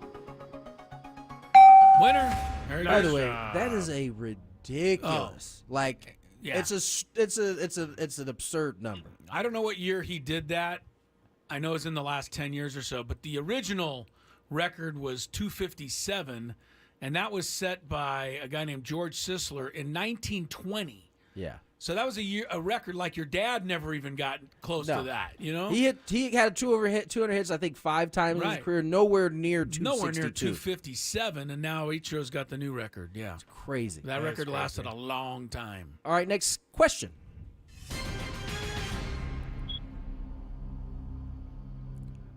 What network has broadcasted the World Series? Oh my gosh, hold on. Okay. There. Okay, I was about to say, I don't understand this one, but I'm going to say it anyway. Before. What network has broadcasted the World Series most? Well, there's a chance of probably 3 networks. It's probably consistently, but you know what? This is tough. I'll go with Fox. It's going with Fox. LO for the steal. The network of my youth, Kurt Gowdy, Tony Kubek, Joe Garagiola, NBC.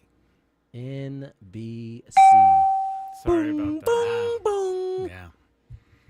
I don't think the Fox network existed back then to be. No, but Fox has done a lot. Right, they've done it most recently quite. Did you a see bit. that Joe Buck is going to be calling some baseball again? I forgot to look into this story, but he is with ESPN.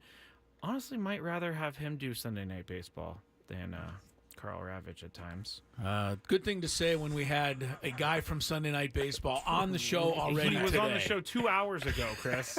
He was on the show 2 hours ago. Really good timing there, my man. Let's go to our next contestant, Greg. Greg, welcome to the show. Hold on. Oh, Greg's gone. Greg's gone. Go to Cameron. Cameron, line 4. you're coming up. Hi, Cameron. Hey, what's going on, guys? You're in, man. You're in. Good luck. All right. Skraby, do you want me to ask this first question? Is this what you wanted me to ask? Yep. All right. Yep. Why was Ron Washington mad at his player? Oh, no. I don't know, so I'm going to have to take a guess. You weren't listening to the last segment, unfortunately. No, I got on late. Too bad. Let's see. I'm going to throw one out there. I know Tatis didn't step on the bag. A running base error. Running base error. Base running error. Yeah. Didn't get the bunt down for the squeeze. Sorry about that. Sorry, Cameron does pay to listen to the show. That's for sure. But I understand maybe people do have other something. things they have to do. Maybe he had work or something. Yeah, he couldn't quite get there. That's just luck of I the don't. draw. I'm gonna let you pick these names now because I can't. I don't have any more on my screen there. We're all kind of. Can you see the screen, Skrabe, or you want me to yell them out? I can. Let's go, Jose. Line 3. Line 3, Jose. Jose, what's going on? Hi, Jose. Hey, how's it going, guys? Very good, sir. Very good. Good luck to you. Well. How shall I say this? There bad language in the question? Yeah, no, I just had to wait for my screen to come through. Got it. Here's the question. This player has the best average on the Padres. Best batting average. Yes. All right. Who is that guy? Who is that right now? Who is it? Jose. It's either a Rise or a Profar, but I'm gonna go with the Rise. You went with Arias. Ooh. And I feel bad because it is Profar. Yeah, that's Profar by a nice little margin too. I know. Arias is just a tick over 300, and Profar is well over 300. All right, so we move to our next contestant. Wait, Skrabe. What? I'm gonna pick. Okay. Oh, he's doing the dice thing again. David, line 2. Didn't we already have David? No, we got another David on Is this the Cero same David? Is this you, David? What do you mean Me. the same David? Okay, I don't know. I'm just making I sure. don't think our contestants would call back after they lost. Why not? I guess they would. But You're not the one who looks at the phones. They'll call back and they'll try to prove me wrong that I screwed them. Here we go, David. First, Man, old hose Radborn and screwed the players is really a great segment for me right now. Oh my goodness, Skrabe. David, Shaq We're played. gonna have to start playing this show at 11:30 p.m. I don't know what's going on. Shaq played. Let's try this again. Shaq played for what team? Let's try this again. Shaq played for what team first? Cleveland. Cleveland. Orlando. All right, it's tiebreaker time. Sorry, David. His questions have been shredded today, which is hilarious. They actually have been, Chris, we've had some good callers this week, so I'm not so mad at the questions, but I need a random athlete, and we're going to ask Nick DiNucci here in studio to just give us the first athlete that is on your mind, and you can speak into the mic if you want. Peyton Manning. Peyton Manning, okay. Peyton Manning. All right. You know what I just watched today is Peyton Manning calling out Mike Vanderjagt because of the whole thing with Harrison Butker, which we will get to in the Big Five. But, man, Peyton Manning went in on Mike Vanderjagt. He was like, our idiot Wait, like kicker. recently? No. This was a long time I know. ago. I don't remember it being I that remember crazy, that. though. He lost his job virtually because of it. Yeah, he's like, our idiot kicker got liquored up and ran his mouth. He did say that. It was on the sideline. What did he say? It was. During the Pro Bowl, he interviewed and he said, Don't get on Peyton's bad side. No, he went all in. All in. All right, so I have Peyton Manning up. Let's go to our next contestant. Let's go to line number... Hang on. Oh, Chris is going to... 5. Line 5 is Robert. Hi, guys. Hello, What's up, Robert? Robert, the dice bounced in your direction. All right, he knows how to play, but I'm going to ask Chris a question. Chris is going to give me an answer. Robert's going to guess whether the actual answer is higher or lower than what Chris guessed. So, Perfect. Chris, how many interceptions in your career, in Peyton Manning's career? How many years did he play? He played for 17 years, it says. 17 long years. 13 for Colts, 4 for Denver. Yeah. He had 15, 20 interceptions a year, I think. Probably closer to 15. 17 years, you say? I say yes. Oh, Is that a there's a rooster? chicken that sounded like, or somebody. I have a mini petting zoo. Oh, okay. Okay. Makes sense. Chris is doing some math over I there. know, 255. 255. Robert, is the actual answer higher or lower than 255? Higher. Higher. Wow, Chris, you almost got it. You Really? almost got it. 251. Oh, wow. Wow, that's It was pretty good. lower. All right, roll your die. All right, next one. Sorry, Robert. Line 4, Christian. Santee. Christian, are you there? Hello? Hello, There he Christian. is. Are you ready Christian, to good. are you ready to play? Yeah. You got a shot. Oh, you can go to Las Vegas. Don't be so angry at me. He's not angry. Oh, He's awesome. just he's trying to get with the game. He sounds like a newer player to me. If you're, I am a first-time player. First time time player. player. keep that for next time because Yeah. you called in for the tiebreaker. This is a tiebreaker, so this is not under that same category. But tell him the rules of the tiebreaker, so he's clear. Yes. So I'm going to ask Chris a question. He's going to give me a number answer, and you're going to guess whether or not the actual number is higher or lower than what Chris guessed. Chris, how many games did Peyton Manning start in his career? How many games did he start? Over 17 years? 42, carry the 4, 6, Square root of 99. I know. Boy. Did he throw one interception per game? 250, I say. 250. All right, Christian, is the actual answer higher or lower? The name's actually Zach, but Oh, okay, Zach. It came up it as is 250 Christian. games started. Yes, Do you that's think what the I'm saying. actual- Did he yes, did do he you- really start less than 250 or more? Correct. I'm going to say more. He's going to say More. more. You are correct. He got it. All right. We found We got a ourselves winner. We got Zach a winner. / Christian, stay on the line. Don't go call him Christian. anywhere. His name is not Christian. No, it's Zach. I know. I'm just. It says Christian on our It does. screening It phone. does. So He started 265 games. So Chris was pretty close on some of those. pretty right there. close, but very good. Zach, you win the game today. That's it. Hang on Pretty the simple. line. We'll give you the info here shortly. Hang on the line because we got to get to break, and we have gone well over. So more Gwynn and Chris on the other side. Here's some traffic. From the 97.3 The And Traffic Center. Here's Kelly Danick. Traffic is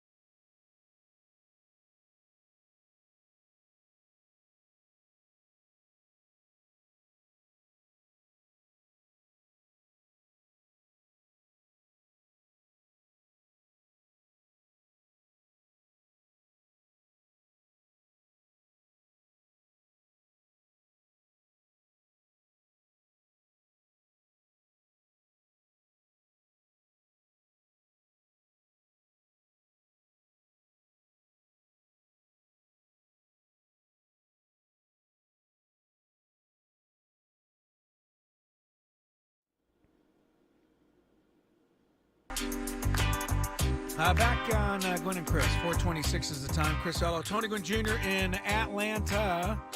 Padres are there. They'll start a series with the Braves tomorrow. We'll be on at 2 o'clock tomorrow for our Friar Friday program. Ahead of Padres baseball. Coming up after this show, at 5 o'clock, we'll have our commercial-free hour, Padre Roundtable. I'll be joined by Ben Higgins, Stephen Woods. I almost called him Scott. That would have been a faux Scott pas. Woods? Yeah. Would have been a faux pas. Craig Elston and Annie Heilbrunn.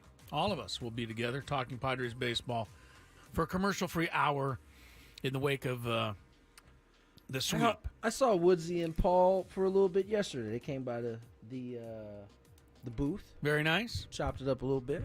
All right. I never go and see Tony anymore. Why Nope. not? Because What's the matter with you? because he's a superstar now. No, Well, that's you know not it's that, and true. it's that, and it's what Joe Musgrove said. You're just I'm just cold shouldering you're just everyone. cold shouldering Yeah, everybody cold like you did in the shouldering Padre locker everybody. room. The more I think about it, I don't think Joe Musgrove was really joking at all. Okay. I don't think he was at all. Okay.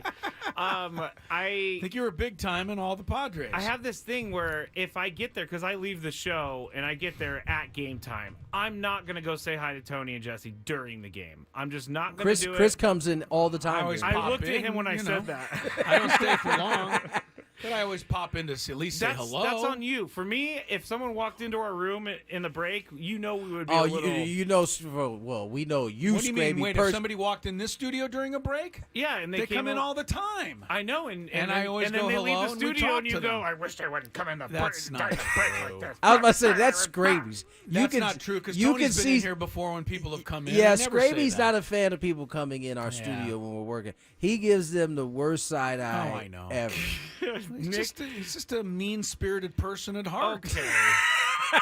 Nick DiNucci, who's on our board right now, deals with that mean spirit all the time because Just a mean-spirited person. I just give Nick a hard time. Nick, I'm not offended. No, I get how it goes. Thank you, Nick. Thank All you right. for towing the line. We're supposed to be a big thing on the NFL schedule. I've been Oh, looking my forward to it gosh. for 2 days now.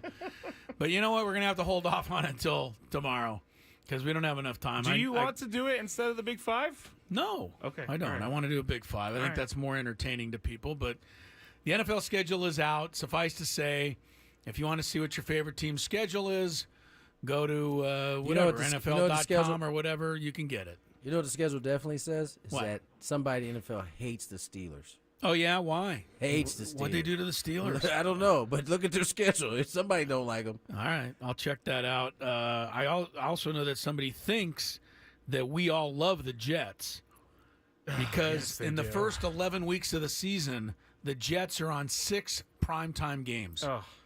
in 11 weeks. Are they going to make up for all the games they lost last That's year? what they said. That's what the NFL said. They said the Jets owe us. They owe us at 'Cause least 6 games. At least 6 games because last year we thought they were going to be interesting and they weren't because Aaron Rodgers got hurt. So 4 plays into the year. yeah. So we'll see. It's not funny, but it was just kind of one a other. disaster. I will say this about the schedule, then we'll pick it back up tomorrow. But y'all out there want to circle Sunday, December 22nd. It's a ways off, 3 days before Christmas. But that is the day that the 49ers and Dolphins play this year. So we'll Last have that time to I think they look played, forward though, to. I think the 49ers lost to the Dolphins. I believe they did. And they got crushed, too, I think. That was 2 times ago. And then the last time the 49ers turned the They returned the did. favor. Oh, that's when Jimmy G's ankle got stepped on. Jimmy G's ankle got stepped on. Or no, and Trey I think, Lance. I'm sorry, Trey Lance. No, Jimmy G got hurt, and I I should believe just stop talking. I believe your guy Purdy came into the game This and guy didn't made even his know his own debut and team. won the game and took over from there. It's a good thing you remember that game, Scrape. Good thing you remember your favorite You know team. the history of your own franchise. I don't know that was the game that Brock Purdy made his debut. Don't be so sure. I'm not saying you're wrong, okay? I'm wrong. I'm almost sure he came into that game and helped them win that game, and then the He team's did. busy You're as right. ever more. You're right. He did. Okay. He did. He did. But that, yeah, he did. That's I'm why. wrong. That's why the segment is not called "Skraby versus the fans." Right there. Oh, That's like that. exactly right. Well, That's he's exactly actually right. 100% correct on that. If you were to ask me questions, I would never get one right. Well, all right. prove that weekly in the Fantabulous Game Show. Oh, man. Is this like the roast hour? And Tom somebody out Brady? there's You gonna are say, walking I blindly. know into somebody's going to these out two. there say, you got to be nicer to Skraby. And again, I remind you, he's looking to take advantage of everything he can, including the open that he put in for today's show, especially to make fun of me. Yeah, It's I all mean, those. yeah. It's all those old hoes in his his DM. All right, we need to go to It's supposed to be spelled Hose, but I don't know that it's being spelled that way. More Gwynn and Chris. Big Five is coming up next as we try to slink on out of here safely. Ben and Woods on the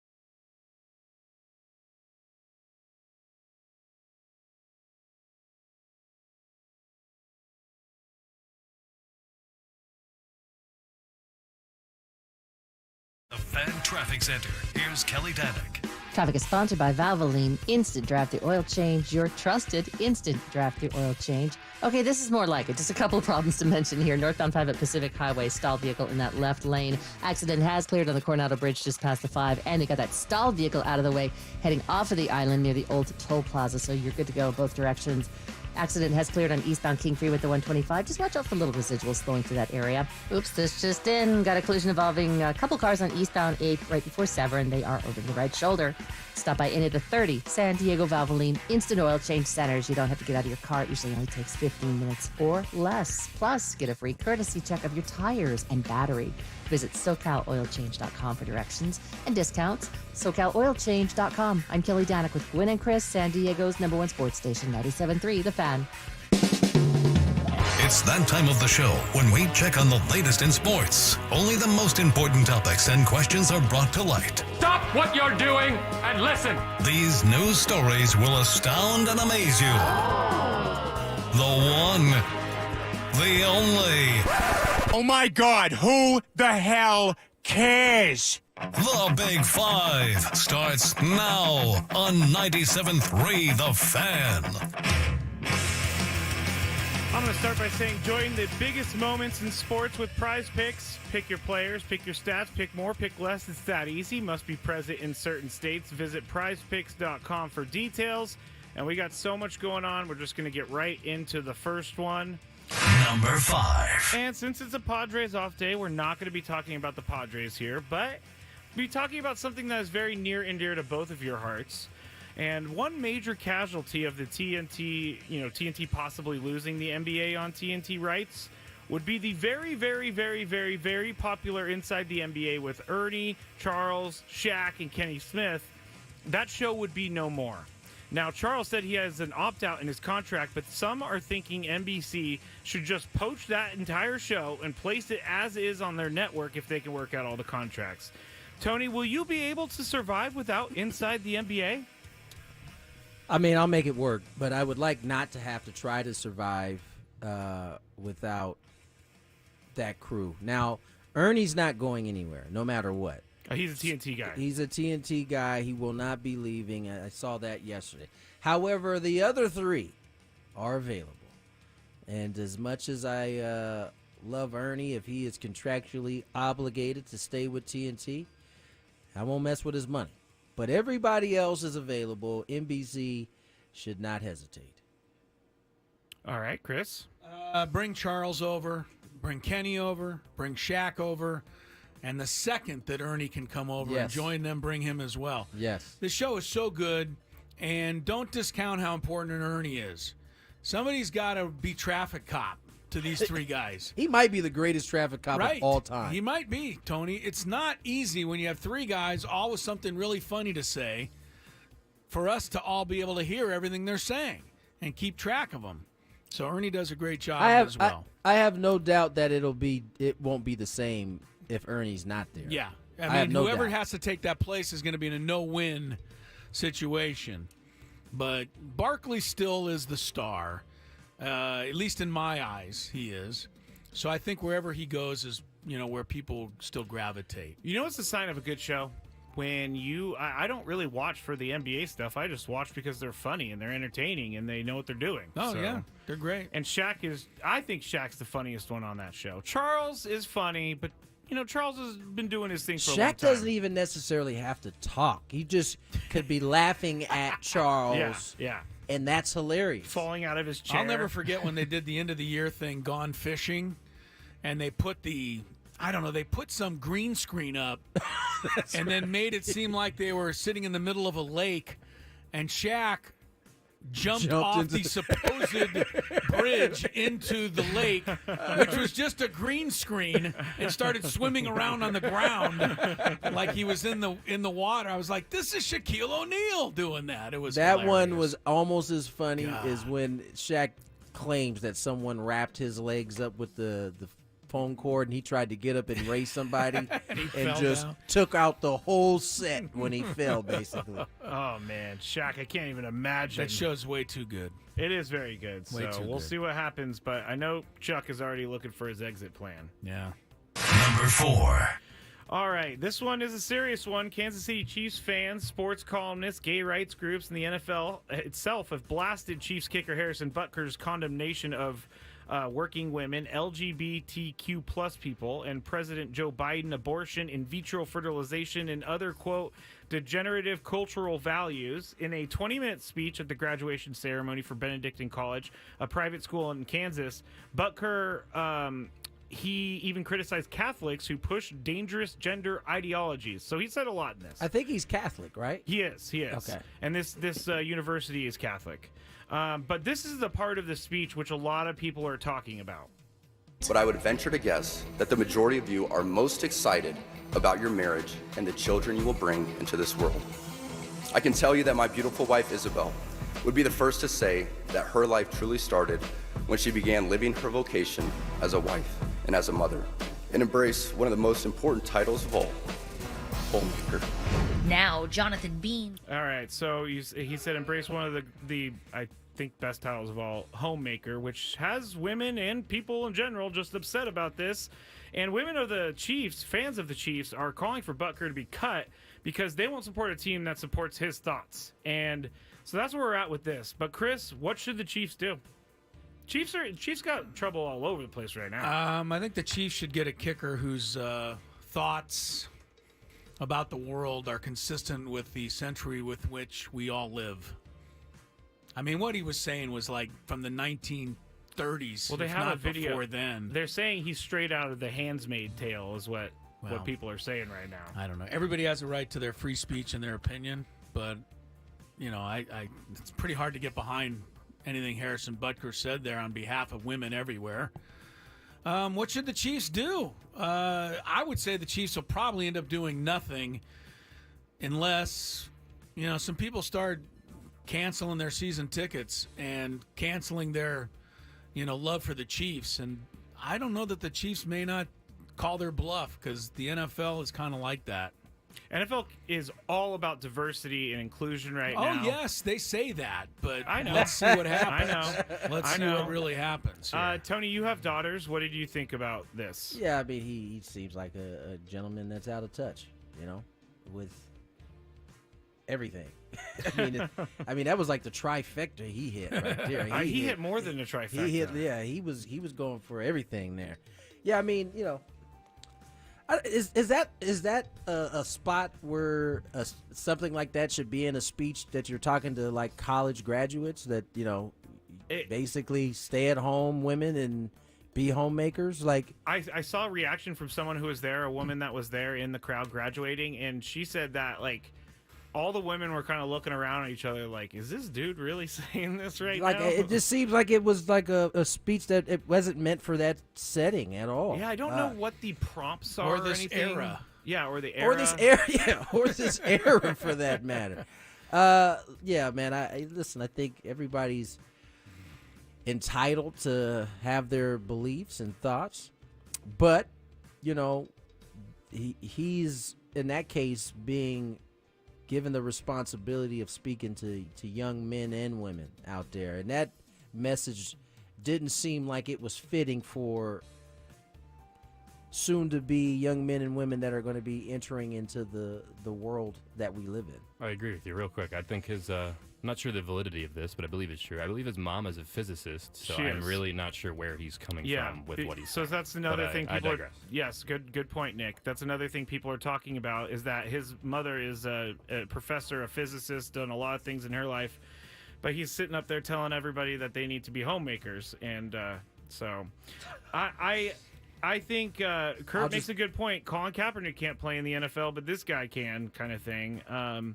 Jack says a mother is one of the best things a woman can be, and I'm not a woman, or a mother, so I can't say that's for sure, but I do know that. Hold up, that's not untrue. I mean, okay, I'm just not trying. But it doesn't mean that that's where the line stops, though, Yes. and that's what it seems like. Yes, Harrison Butker is insinuating, like lock in on the homemaker because that's where it's at for you, right? Yeah, you're gonna be so excited to. You'll never. I've never come across a mother that doesn't love being a mother more than anything else. But that's not where it ends for women. Yeah. Yeah, that's all. Let's move on from this because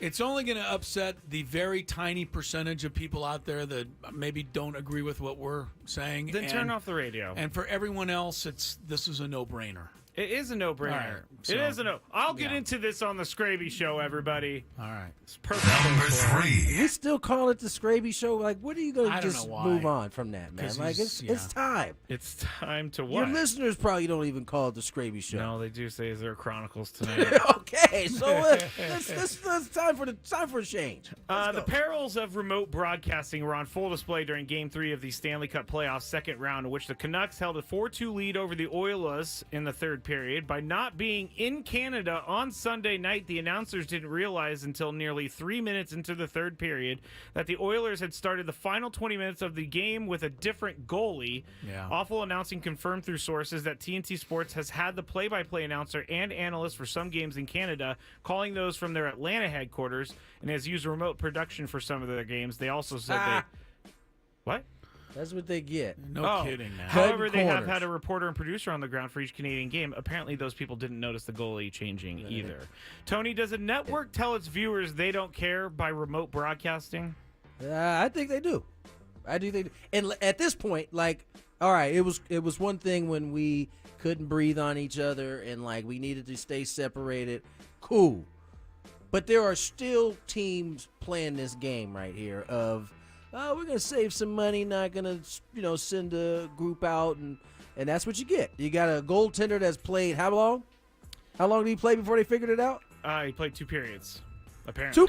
He played. The game is almost over, and they just now figured that out. Like, I think that's. Oh no, I'm sorry. They switched the goalie going into the third period. But it took them like 5 minutes of the third period to figure it out. Correct. Either way, it's no good. It's not a good look.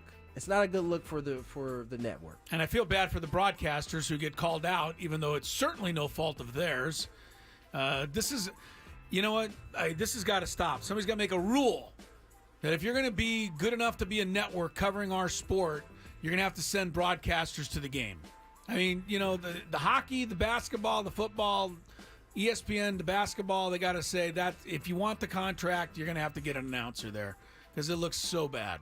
Yeah, quite frankly, the league should want it. Like, listen, if you want this, part of the stipulation is you got to be here. You can't have these remote deals because you're trying to save. Really don't like them, and they happen a lot. They happen a lot even now. Like Aztec basketball games that used to be on like ESPN 2 or 3. Broadcasters nowhere to be found. It's just got to stop. I mean, Tony, you did a lot of time doing the remote broadcasting. You and Jesse didn't It's even a get to different see the world, no though. because you were remote sucks. broadcasting. But it's a completely different world. Yeah, then. I mean, we had to. We didn't know what was out there. Yeah. Now we don't, and we just saving money now. I remember Jesse being like, "Well, the ball went off the screen, so I can't tell you where it is." All right, let's go to the next one. Number 2. They just call him Honest Jesse, that's all. I get it because Jesse, I mean, they had been doing a full year of it. It was just crazy. Anyway. I don't want to go back. Yeah, never. Tony Finau shot his career best major score of 65 today at the PGA Championship, and I was watching an interview with him, and the reporter told him in the interview that he had his best ever score at a major today. And Tony Finau had no idea that this was a thing. I was actually really surprised that he had shot the best, or he was actually pleasantly surprised. I'm presently surprised. What are you, Bugs Bunny now? Thank you, Chris. Or Elmer Fudd? I don't know. Both at the same time. He was pleasantly surprised he had shot the best round in his major championship career. Not a serious question, but Chris, does it surprise you he didn't know that was his best score ever at a major? At a major? Yes. Okay. But not like beyond belief stunned. I mean, the guy's had a million rounds.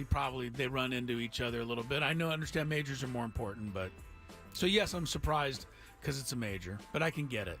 Okay. All right, Tony. Are you surprised that he didn't know his major score was a record? Yeah, a little bit. Okay. I figured that would be one that you're paying attention to. A little bit more than you are than some of the normal tournaments. Right. I know my best score at every course I think I've ever played. Bogey golf doesn't count. As it relates to bogey golf. Oh, he definitely. He'll We've already never. had this conversation. Yeah, he'll never stop with that. By the way, it definitely counts. Yeah. Especially when we don't have time to go into it. Especially when you play 9 holes somewhere and my score is better than yours.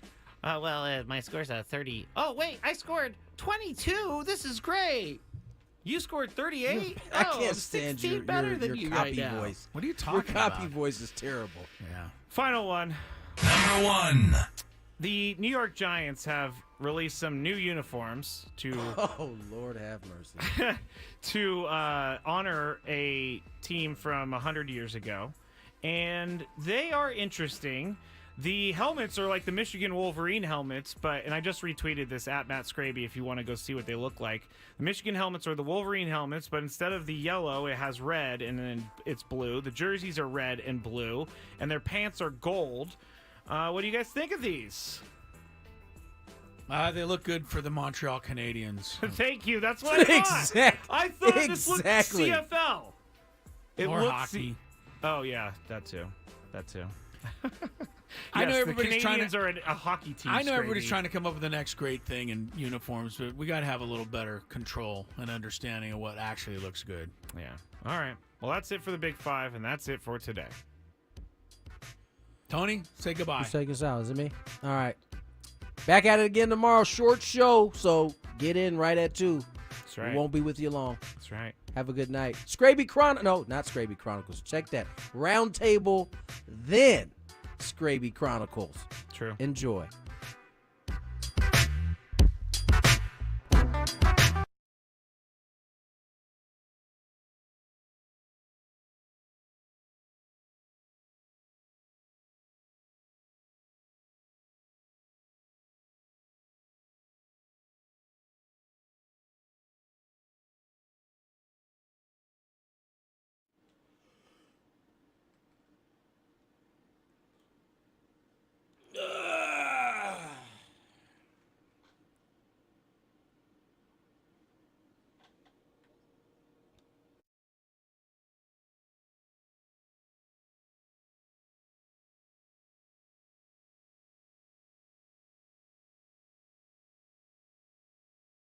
All right, here we go.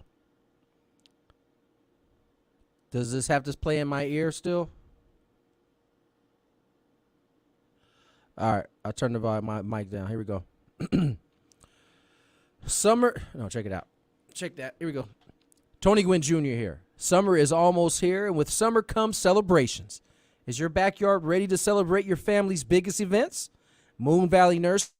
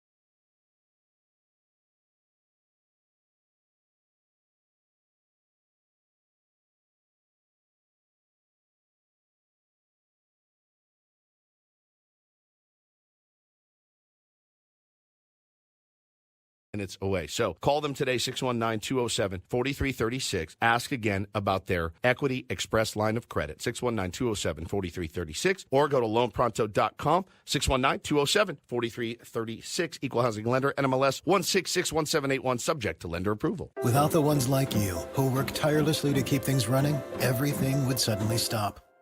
Hospitals, factories, schools, and power plants, they all depend on you. No matter the weather, emergency, or time of day. Sports station on X at 97.3 The Fan SD. Table Pizza. Here's Annie from Annie and Elston on the other end. Almost a full house. I will be spared. It's that time. Unlike the double pepperoni on a round table pizza, I certainly expect this to be the spiciest round table yet. Welcome in to our 97.3 The Fan Pod.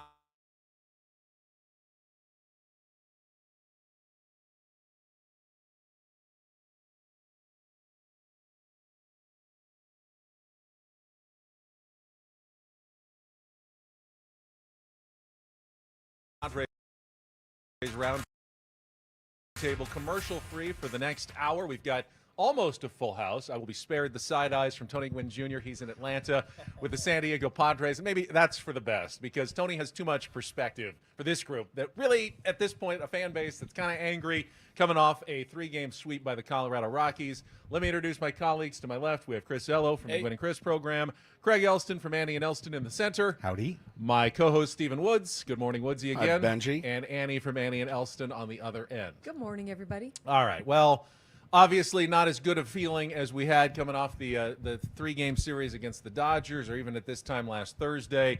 Padres lose and look as bad as they have all season against the Colorado Rockies. So I'm going to start.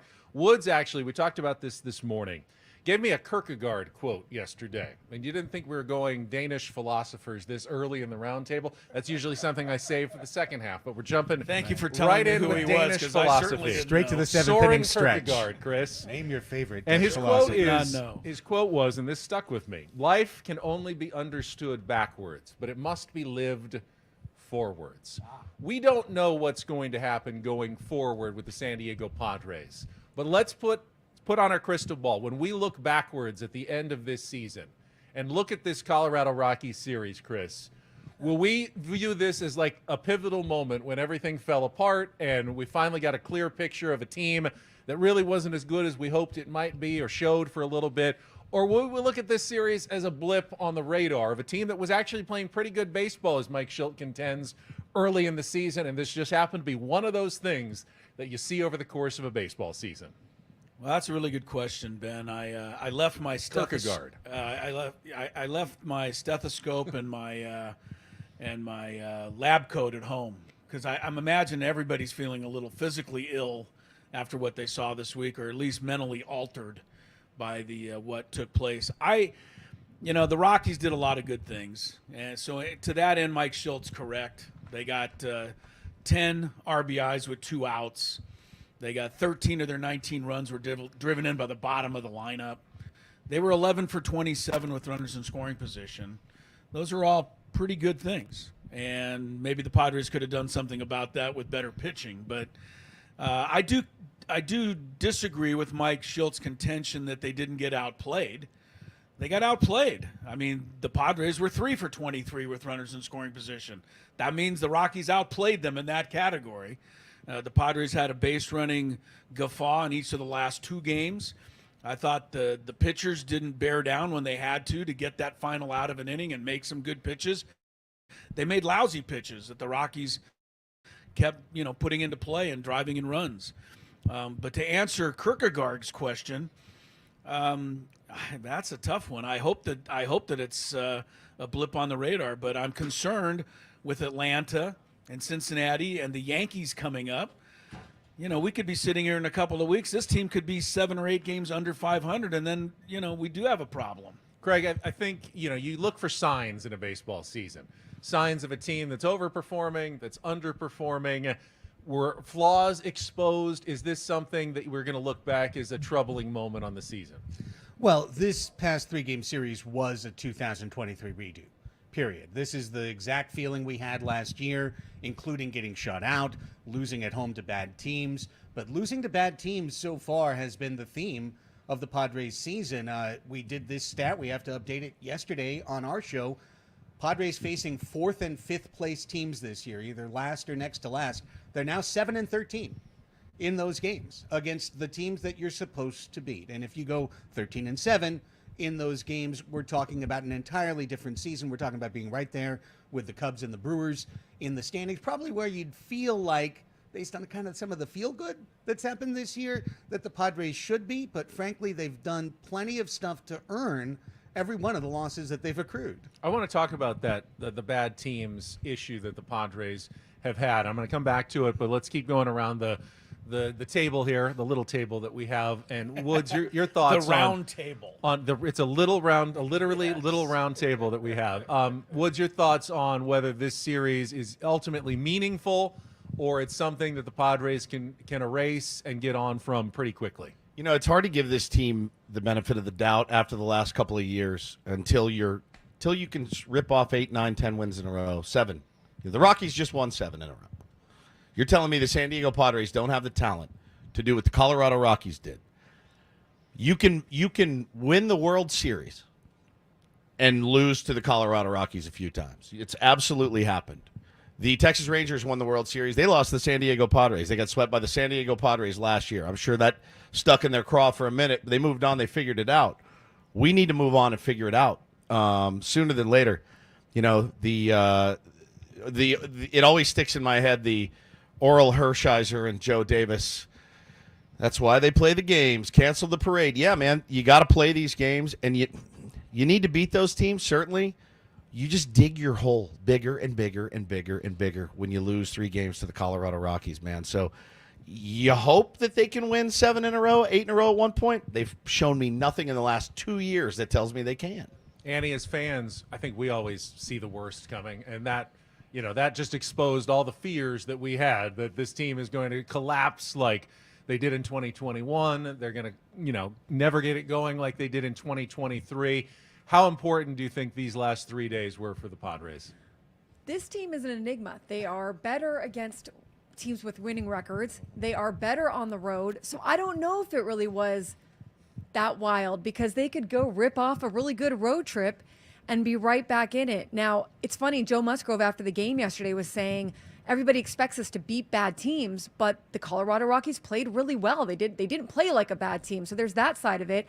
I think the Padres are showing you who they are to start the season. They won the series against the Cubs, the Dodgers, the Brewers. Then they lost to the series to the Blue Jays. They split with Colorado. They ripped off a 5-game losing streak. Then they won again. They lost again. They're a streaky team. They're going to have these patches where they're really good, and then they get swept. And I think that until you have the superstars performing like the superstars, that's what you're looking at. You're kind of looking at this circling of that 500 mark. Craig, I want to go back to your comment about the Padres' losing record against teams with losing records. You were on that even before the season started, identifying games against the Colorado Rockies as critical to the Padres' chances of success this year. I've seen it a bunch in our comments and social media. It seems so obvious. The Padres get up for the games against the good teams, and then they let down for the games against the bad teams. Is that a thing in baseball? I firmly believe it is a thing in football, that sometimes you can let down in that adrenaline-fueled sport. When you have a lesser opponent, you don't sometimes play your best against a lesser team. But baseball's a different sport. Is that the problem for the Padres against the lesser teams, that they're not getting up for those games, they're not locked in enough for those games, or is it something else that we can't explain yet? Only the players can answer that properly. None of us can. I'd just be putting my thoughts on top of their actions. Their performance indicates that for years this has been the case with these players in this clubhouse. The stars of this team, we've heard the same song and dance that we heard after Wednesday's game many, many times with the leaders of this team. So they have not proven to me in any sense that they are a locked-in group that has that eye of the tiger, that looks at a series like the Rockies as a chance to really, take control and dominate a team. They got dominated on Wednesday, for sure. But I also kind of disagree with you got to tip your cap. The Rockies are playing great. Monday, they walked 11 guys. Right. They walked 11 guys, 8 in the last 3 innings. That's a loss. That's a loss 98 out of 100 times. And the Padres somehow managed to lose that game to them. Tuesday, yeah, they hit some balls at people. They also blew it in the bullpen. You know, it's pretty tough for me to just sit there and go, well, tip your cap, tip your cap, tip your cap, because we've been doing that, honestly, for a long time here in town. Chris, you were kind of nodding for a second there. Football versus baseball, getting up for the good teams versus not the good teams. Mike Shildt said there's no Newt Rockne. It's funny, he used a football analogy. He said there's no Newt Rockne speech coming for his team because a lot of baseball managers don't believe in that. But do the Padres need to get more locked in for these teams that have losing records? No, I agree with you, Ben. I think for football and basketball, that kind of stuff can work. For baseball, to me, it seems like the harder you try, the less success you have. But I agree with Craig to a certain point, and I really agree with Annie. Until the leaders, the stars of this team, and let's call them out, Manny Machado, Fernando Tatis Jr., Xander Bogaerts, they're making all the money. They got to start leading this team to some wins, and they've got to lead the way against these poor teams. They have to go in and expect to dominate the Rockies. Those 3 went 6 for 33 in the series against the Rockies with 1 RBI, and that was on the Bogaerts home run in the first game. Manny is a mess at the plate right now. I'd almost rather him strike out than hit into a double play. Bogaerts has been going through it all year. To me, Fernando is not anywhere near the kind of impact guy that he's capable of being. I mean, his numbers are all right, but he's not impacting games the way he should. And this is where Craig hit it. They have to lead the rest of this group. When the Rockies come to town, it has to be, hey, we're going to crush these guys, and we'll show you how to do it. I think what we're all kind of leading toward, Annie, is this a mental issue for the Padres rather than a lack of talent issue? We know Manny Machado has tons of baseball talent. We know Tatis and Bogaerts have tons of baseball talent. So it has to be somewhat a mental issue when players like that struggle. I think so. I don't know. I mean, is it a culture issue? Is it a issue that's kind of permeating throughout the organization? Is it something that's a little bit maybe higher than this clubhouse or just continues to kind of fester in this clubhouse? I don't know. It's funny because we treat this team like a playoff team, but to be honest, they've gone to the playoffs twice in the last 10 years, and once was a 60-game season. And I don't really count it, not because it didn't matter and it was great and it was special, it was magical, but because you can't really compare against it. So I think that maybe, as much as I do think that their belief is there and they're trying to get there and they want to be that and they want to build that culture, they're not there yet until they start consistently going to the playoffs year after year. And so I don't know what kind of problem it is. It's just kind of like they obviously are having a hard time getting past it, whatever it is.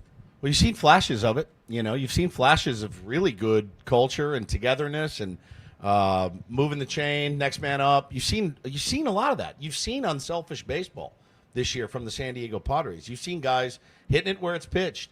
You know, stringing 6, 7 singles together at a time that one inning. But Pepperidge Farm remembers. Yeah, that one inning. No, I mean, but you have seen it, and the good inning, though. It was a great inning, man. It was a great inning. I was thinking about the tweet I saw from Shirtless Whitson yesterday. That just, it almost kind of blew my mind, and I knew this, but it was essentially, he said, "Isn't it funny that our playoff appearances, our playoff hopes, rested on Jurickson Profar being good on a $1 million prove-it deal, Jake Cronenworth finding his way back, and a rookie in center field that never played center field before. And those 3 guys have been fantastic. The guys that we expected to carry the team are just not doing it. And it really hit home yesterday, and I went, oh, God, he's dead on. He is dead on. Those guys are pulling their weight. The other guys are not. It's our 97.3 The Fan Padres Roundtable, presented commercial-free by San Diego Roundtable Pizza. And that topic kind of led to it's almost a philosophical question we had at the end of our show. And that is, Craig, are the Padres a good team that plays bad about half the time? Or are they a bad team that plays really good about half the time? And doesn't really matter which they are if Yeah. they end up around 500 anyway. Yeah, I mean, obviously that's an impossible question, Yeah. just like Kierkegaard. Yeah. So thank you for building out Yeah. these impossible questions. This is the talking cure. Right. I mean, I think reiterating a point that Annie made, Mike Shildt yesterday went on and on about, well, we just won 4 straight series. As if, I mean, honestly, it's embarrassing. I still remember the 2019 Twitter poster, 5 straight series wins, and Also, Freddie Elvis. They won 6 straight series at the end of 2023. Last year. In fact, they've had stretches of extended success each of the last 3 years. So the whole, well, we did something we haven't done is completely wrong. However, in addition to being factually incorrect, it elides the point. Yes, you went 8-4. Or 8-3, pardon me, over the course of 4 series, never winning more than 2 out of 3 in any of those series. But you immediately preceded that with 5 losses, and now you've had 3 losses. So all the 8-4 did, you erased in this course of 8 games. The Padres can be kind of good, but okay, and your famous golf, right? You can get a birdie here, a par there, but if you're triple bogeying, you're not going to have a good score. Yeah, your score comes down. You know what I mean? Your score goes up in golf. Can I say something too that is weird, that is maybe mental? It's weird that they all go into a funk at the same time. Yes. That's strange. I don't know what to make of that. We've talked to Eno Saris about like similar swing planes, so they tend to be susceptible maybe to the same pitchers. And it's not always the good ones. It could be Austin Gomber that for some reason, all their swing planes don't fit, but there's never really been a great explanation. For my personal self, and maybe it's just, just watching the players closely, the Padres always, at least for the last 3 to 4 years, have looked like a really good team. It's certainly a good team on paper, good collection of talent. Every year we predict, this looks like a pretty good team. And then we always wonder, why do they play bad so often when they have so many good players? And you'd think after 3 or 4 years of the same stuff over and over again, if we didn't have the answers, maybe someone in the organization would have an answer or two. But they've gone through now multiple managers. They've gone through multiple changes on their coaching staff. And if none of those guys seem to have an answer for it, is there an answer out there, Chris, for why the Padres play so bad with such good players? I wish I'm going to, no. Like I said, I didn't bring the lab coat because I don't know. But I want your question about, are they a good team that plays well or poorly sometimes, or are they a bad team that plays well? I don't think it's either. I think they're a mediocre team that plays mediocre all the time. And that, if you look at their record from the beginning of last year, it is currently 122 wins and 122 losses, or however it adds up. They were 2 games over 500 last year. And they're 2 games under 500 this year. So this is what they are. And this is what they're going to continue to be until Manny Machado and Fernando Tatis especially take the reins of this ball club and start dominating. And if they can't do that, there's no way this particular group can get a whole lot better than a game or 2 over 500, which, by the way, is the high watermark this season. 2 games over 500. They were 11-9 at one point. Now they're 2 games under. They got a bunch of good players, good enough to hang in there, but not good enough to get anywhere. And I don't have the answer, though, to why they're so inconsistent. Let's talk about Mike Shildt for a second, and his unrelenting silver linings and positivity. Annie, you've probably sat through more of the managerial news conferences than the rest of us over the last few years at the end of games.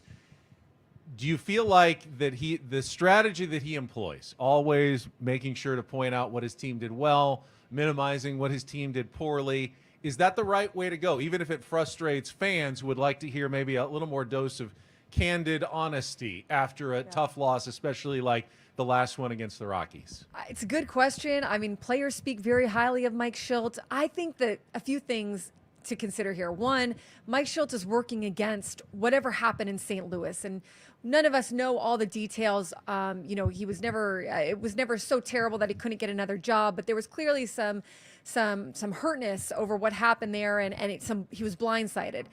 2, he's watched the Titanic go down the last few years. He's trying to prevent against that. I think he's being overly on the other side of, hey, we are on the same page. We are all pulling in the same direction because he's seen how it's gone for the other managers. And then 3, I think he is just a very optimistic guy. He is someone who believes in always having his players back. It's interesting to me that you go in the clubhouse and the players are like, we played bad. And it's okay that the fans boo us because we understand it because we played bad. But Mike Shildt doesn't want to say it. So I do think that there's something there about maybe he could be a little bit more, if he really wanted to, maybe he could say a few more of those things. And I don't know that the players would feel like he didn't have their back. I think they would probably agree and go, yeah, you know what, he's right. But he's just not that guy. You know, Woods, Annie brings up, I think, a really interesting point. We talk with Mike Shildt every week. Is there something in his past that he's a little worried about? Like, is he when he especially is addressing the media, that he doesn't have the confidence necessarily? He wants to make sure that there's a positive perception, or try to make sure that there is a positive perception about his team at all times. Yeah, maybe, but he's also the guy that's been here for a few years, and he has been at Petco Park, and he has met with Peter Seidler, and he knows what the fans think. And it's not like he just drove into town, and this is his first exposure to the San Diego Padres and their fan base. He knows very well what the fan base has gone through, what they expected and didn't get. That's what surprises me so much about yesterday in particular. I haven't really had one single issue with Mike Shildt until yesterday. Honestly, I like supporting my players. You know, I look at it like we have an audience. I have their backs. Like Mike Shildt has his players' back, I have their backs. And when you tell our audience and the other audiences out there, no, that was actually good baseball. And you don't know, but I do. That was good baseball. Buddy, we know that wasn't good baseball. We watched it with our own eyes. You also know when you see bad baseball because you've been here and you've seen it. And you know what this fan base has gone through. That's insulting. It's insulting. That's how I felt. Three for 23 with runners in scoring position is bad. That's bad baseball. May not be his definition, but it's one of my definitions. But he's looking at the hard outs. He's looking at and it wasn't fully clean in Sure. these last few days. He's got a process that is, he's like, are we doing the right things? Are we Right. doing the right things at the plate? And there were some things that they didn't, right, like you said, the 11 walks, all that, not cashing them in, everything like that. But I think for the most part, he's looking at, are the processes right? If we just stay with the right processes, we're going to run into success. But to tell a fan base, which, by the way, I'll make that point again, to tell a fan base that you've been around to some extent, I don't know how active he is on Twitter or anything else, but you've been around this fan base. You've been around that ballpark. You met with our late great owner. You know exactly what this fan base is expecting. And then you're surprised when they boo, and you're falling back on some series that you won, before you just got smoked. Doesn't make any sense to me. Process is important. The best teams have good processes. But for fans, that doesn't matter. When you go to a game, you want to see your team win. And you don't want to see hard-hit balls. You want to see win. He did hit 4 hard-hit balls. And Craig, we can be reasonable as fans and understand that they're not going to win every series. They're going to have a losing series against some teams with losing records because everybody does over the course of the season. But it's okay to acknowledge that you had a bad series when you have a bad series, and not tell us that. No, it was okay because we walked a lot and we gave ourselves opportunities. That's better than getting no hit 3 straight games. I mean, yes, it is. Yes. We do know that, but ultimately, it's a failure of baseball what the Padres did, and you can acknowledge that it's a failure of baseball. I believe I've said I know I've said it on our show. I think I've said it on the roundtable too, that Mike's never going to change the way that he's acting. Like if he does, we're going to be so far down the mine shaft that we're not going to be able to see sunlight anymore. However, given that, for each individual listening to him, your mileage is going to vary on how much of this you can take. Yes. And I'm with you as well, Woods, that yesterday I truly felt like you lost your position in San Diego as the #1 turd polisher.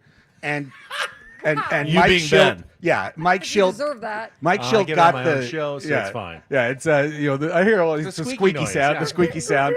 Well, I mean, Mike Shildt got his shine box out yesterday in the worst way. I mean, he was shine box Shildt yesterday. Top 10 this, top 10 that, 4 straight series, making up stats. I mean, like it's it obviously, that's gaslighting. That's like exactly what gaslighting is. And one last thing, though, for the fans, and we're going to get into this more in the 11 a.m. hour, but our tickets went up in 2023, and we were told it was for a championship product. Our tickets went up significantly more in 2024, and we were told this is a team that's fighting for a championship this year.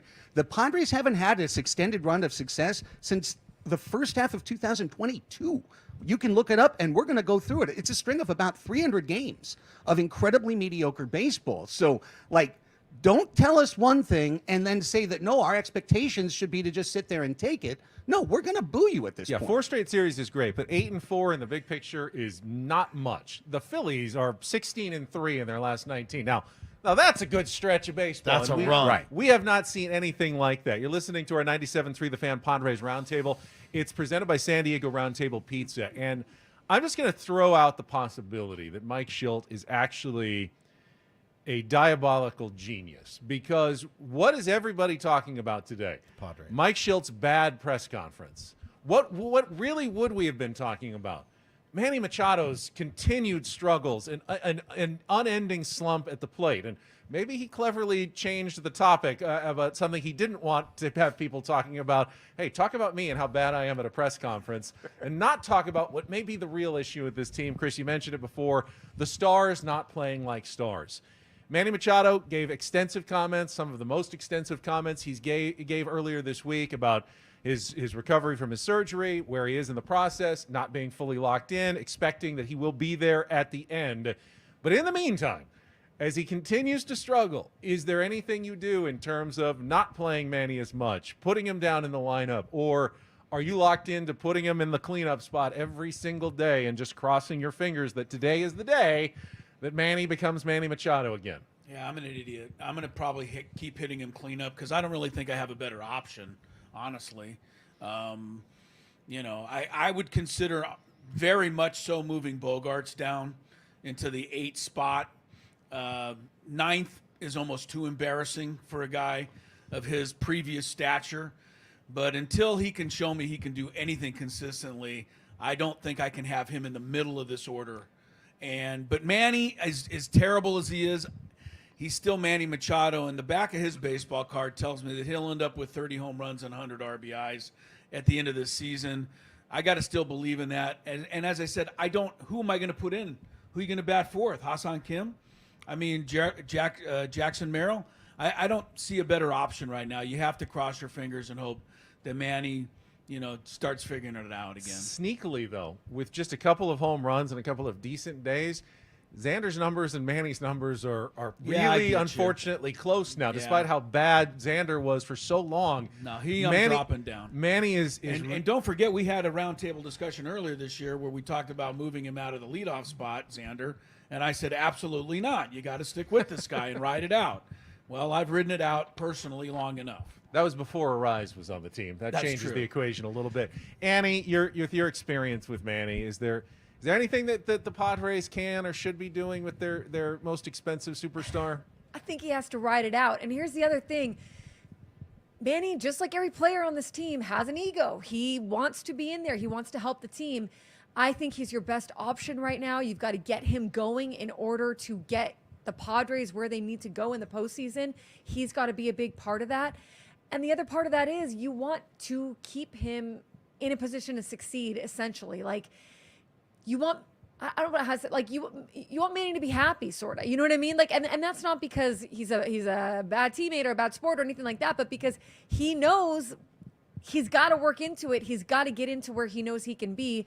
And if you don't give him the chance to do that, that's going to be a bigger problem than, enduring some of these weeks until he gets his arm to where he needs it to be, that he feels more comfortable. Craig, when we had Eno Saris on, he said, I don't think it's decline with Manny. Obviously, the bat speed down a little, as it does with every aging player, but he doesn't see that as the reason he is struggling. Highest on the team. Yeah. Are you worried about, like, this is a permanent Manny problem, or is this, as Manny contends, just a temporary issue that might be, the elbow might be contributing to it, and he's still got however many years of good Manny Machado style play left in him?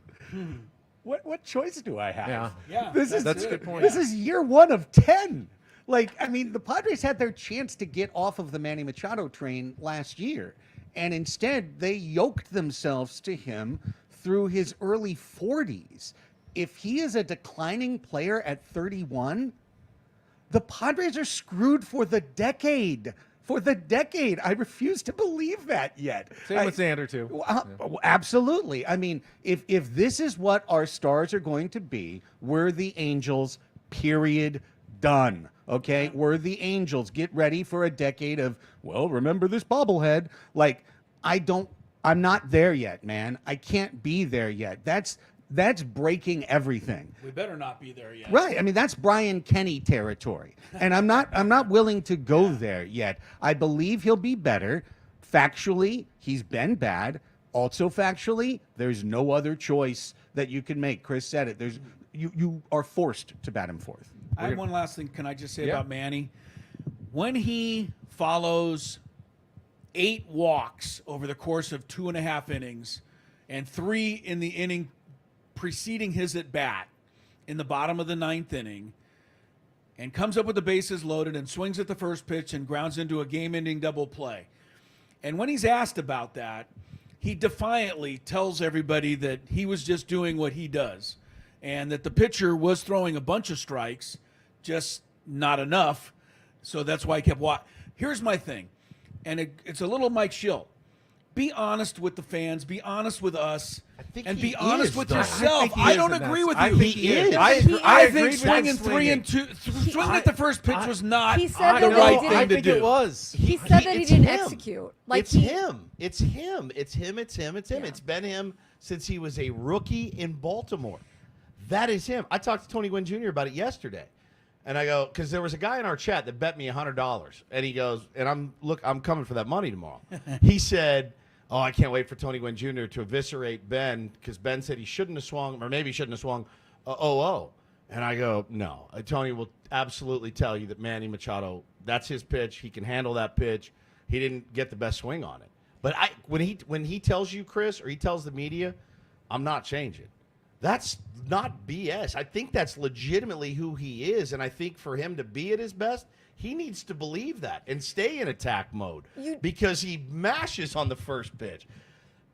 It was a strike. He could handle it. Now, if it's a slider down and away and he does the ass out Manny Machado swing that we've seen, yeah, man, I get that after all those balls. But a pitch he can handle in the zone and end that game as the $30 million cleanup man, I have no problem with the process. I hated the result. I really did. But I really do feel that is who he is. I really do. Like, Okay. Well, I don't think he was lying when he said he defiantly grounded into 2 more double plays the very next game on the first pitch. I don't which know I that thought it's- was kind of hilarious, to be honest with you. The first one, I laughed my ass off. I really did. I laughed I go, well, everyone else booed. I go, this is comedy. But I don't think it's defiance as much as it is who he inherently is. A guy in my DMs last night was like, man, listen to this audio. And I said, I love it about Manny. I also hate it about Manny. I love it. I love that a guy is that confident in himself, because you cannot play that game without being confident. But I also, I want a little eyewash from time to time. He's not going to give it to us. He's never going to give us and say, I'm broken, I'm battered, I can't do it. Never.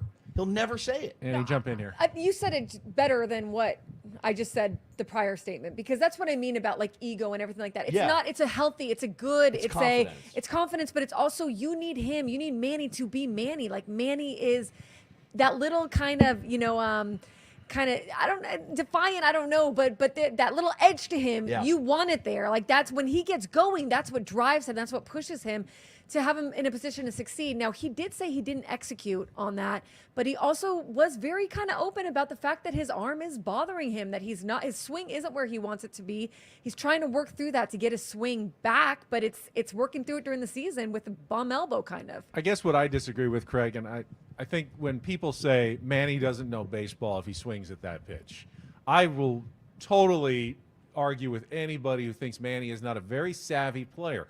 Manny looks at the situation. Yes, the bases have been loaded with walks. Bud Black has just gone out there for a pep talk with his guy. You think he's telling him, I need you to nibble on the outside here and, don't throw him a strike. He's telling you, you need to throw a strike here. Manny knows that, and he's expecting and looking for something he can elevate, so something up and something in that he can elevate. It's probably the only pitch he's going to swing at, and that's the pitch he got there. That's the pitch he got. It's also not. It's also. Why wouldn't you swing at that? It's also the big leagues where a guy that is missing out of the zone a little bit and then coming back into the zone, getting fouled off. As Manny talked about, Crony fouled one off, Toddy fouled one off. That he should have struck out on the pitch, the last pitch. You got a call. And so it's also the big leagues where I think you're sitting there 0-0 and you're like, yeah, but this guy's a big league pitcher. I know he can find the zone, and I know he's probably going to find the zone here. I don't think he's going to throw me a slider away. What if it's box? What if it gets away? The tying run scores. I just think he missed his pitch, and I think he missed his pitch by a hair. And I take him, like Shildt said, I take him in that position again, any day of the week, but I do think he's going to hack first pitch again. I do think it's different, though. 12 straight balls? Yeah, I don't think you swing there, maybe, but knowing this is a pitch I've handled in 6,400 at-bats in the big leagues very well, I think you hack at that. Can we all agree, though, that was a turd of a result? No, it was a and that all of result. us now are polishing. Yeah, to a certain extent. I think it's a And bad he does result. need to hit better. I mean, he's got not to. hitting well. He's not. He's my favorite player, but he's been horrific this year. Horrific. And I find myself, instead of wanting my favorite player, I found myself the other day when Crony grounded out, going, "Whew, all right, man, he'll lead off the inning next inning." That's not a fun place to be in as a fan, and as a guy that loves him and loves his game, wanting him to lead off an inning instead of come up with runners on. Let's move on to another topic quickly. Another Mike Shildt decision. A lot of people were upset that Luis Arias was not in the lineup for the series finale against the Rockies. Now, going up against a lefty, his numbers against lefties are not as good as they are against righties, but they're still pretty good. I think 280 around career average against lefties. But what do you do going forward? Now, with Donovan Solano seemingly a pretty good option against lefties as a right-handed bat, he went 2 for 3 with a walk. And you've got Jake Cronenworth, who's been one of your better players, but one of your only regular lefties that you could sub out if you wanted to keep Arias and Solano both in the lineup. How does Mike Shildt handle matchups against lefties and making sure that he's not sitting the same guy over and over again? Well, I appreciate you coming to me on this one. There is an obvious blind spot in the heart of the Padres versus left-handed pitching lineup, and that is Jake Cronenworth. And I'm sorry, Hannah. I'm sorry. Please don't bookmark tweets and ruin my morning the next time he hits a home run, okay? I think Jake Cronenworth's a very good player. Self-awareness is a critical part of success in any sport. And one of the big themes that we're driving at here is that the Padres are not very self-aware. They're always acting as if they're a 20-game over 500 team that had a brief period of lack of success and ignore the things that they could do structurally to improve what they've got going on the field. Factually, Jake Cronenworth is 6 for 29 this year against left-handed pitching with no doubles, no triples, no home runs, okay? He has an OPS split, platoon versus righty, platoon versus lefty, of almost 500 points. Now, that comports within his career a 100-point split between righty and lefty. But we're batting him third against lefties all the time, and he has had no success. Now, I get it. He's your number 3 guy. He's one of the key leaders in your team. He's been off to a good start. Are we hurting his ego or hurting his confidence by He doesn't care. by I don't platooning think. him? Yeah, I don't think he- Well, listen, Donovan Solano can't be out of this lineup against lefties, period. And Luis Arias can't be out of the lineup, period. He needs to play every single day for this team. So where can you fix that? You can fix that by sitting a guy who has really not hit against lefties, and that's Jake Cronenworth. But you talk about extra base power, extra bases and stuff. You're not going to get that with Arias playing first base. No, but you're not getting it with Cronenworth. Yeah, but you're also not going to get it with Arias. You get a 280 average. What's his average against lefties? Crony 260. No, it's 1-0. Oh, 1-0. He's 6 for 29. And the defense is much, much better than Luis Arias. At first, I want Arias in there too. He's not a platoon player for me. I don't know where you put him. I really don't. If he's gonna DH, you got to figure something out because you need Crony. Fine, third, absolutely. Hit him fifth. Hit him sixth, whatever. I don't think he cares about that. I asked him that before. He goes, I don't care. I've hit 7th, I've hit 8th, I've hit 9th. I couldn't care less. I just want to be in the lineup. But you can't platoon Luis Arraez. We are in 100% agreement on that. And honestly, you can't platoon Jackson Merrill, really. He gives you the best ABs maybe that you're getting other than maybe Arraez. Those two need to be in the lineup. And I get that he's a rookie. I get it. But he's also a rookie. He's got the freshest legs of anybody out there. Yeah. Any single person on that club, Jackson Merrill's ready. And maybe you don't run him out there 154 games, 158 games. But I'm not sitting him against every tough lefty because he gives me a really good AB. He goes the other way. He hits it where it's pitched. And when you got Fried and Sale coming up this weekend, you need a guy that can go bat to ball. You need to find some holes. Those are two guys in Arraez and Merrill that can do it better than anyone. Chris, listen, you play with Tony Gwynn. Those are the comparisons. They may not be fair, but those are the comparisons. Right. Tony didn't sit against lefties. No, and Arraez is about, I think, 280 career against lefties as 277, opposed to 360 against righties, okay? But the 280 is a lot better than the 6 for 29, no extra base hits that Craig's talking about. Now, I think it's too early to sit Jake against lefties the rest of the year and just completely, give that ship up. But for the time being, if Solano's playing, it needs to be at the expense of Cronenworth. And if Solano's playing and you want Cronenworth, then put him at second and give Bogarts a day off. I'm not going to miss him in the lineup too much, to be honest with you. But stop giving Arraez days off. Yeah. I'm tired of this, and I agree with you on Jackson Merrill. If a Zokar gets one start out of every 3 against lefties, perfect. But he's started each of the last 3 games against lefties. They don't score runs against lefties. They got the home run by Profar. That's all they got against Imanaga. They didn't score any runs yesterday against a team that hadn't pitched a shutout all year. And leading Major League Baseball, or they give up a ton of home runs. So, Craig's right. They act like they have a whole bunch of room to mess around with this. They're 2 games under 500, and who knows if Max Fried or Chris Sale or how many lefties they're going to be facing in the next 10 days are coming up. I haven't looked at all the matchups. They got both of them, Friday and Monday. Yep. Okay, but my point is, if we're going to keep running that crappy left lineup out there against lefties, we're going to keep losing games until they figure it out and make some reasonable changes. Be more pliable, I think, is what you're saying. Yes. Yeah, be more pliable. You don't have the dreaded fearsome foursome at the top that you maybe think you do, and you have to be more pliable. You can't run out there. You're not running out Mookie Betts and Freddie Freeman, Shohei Ohtani, and Will Smith. You're just not. They're not as good of a top 4 as they have.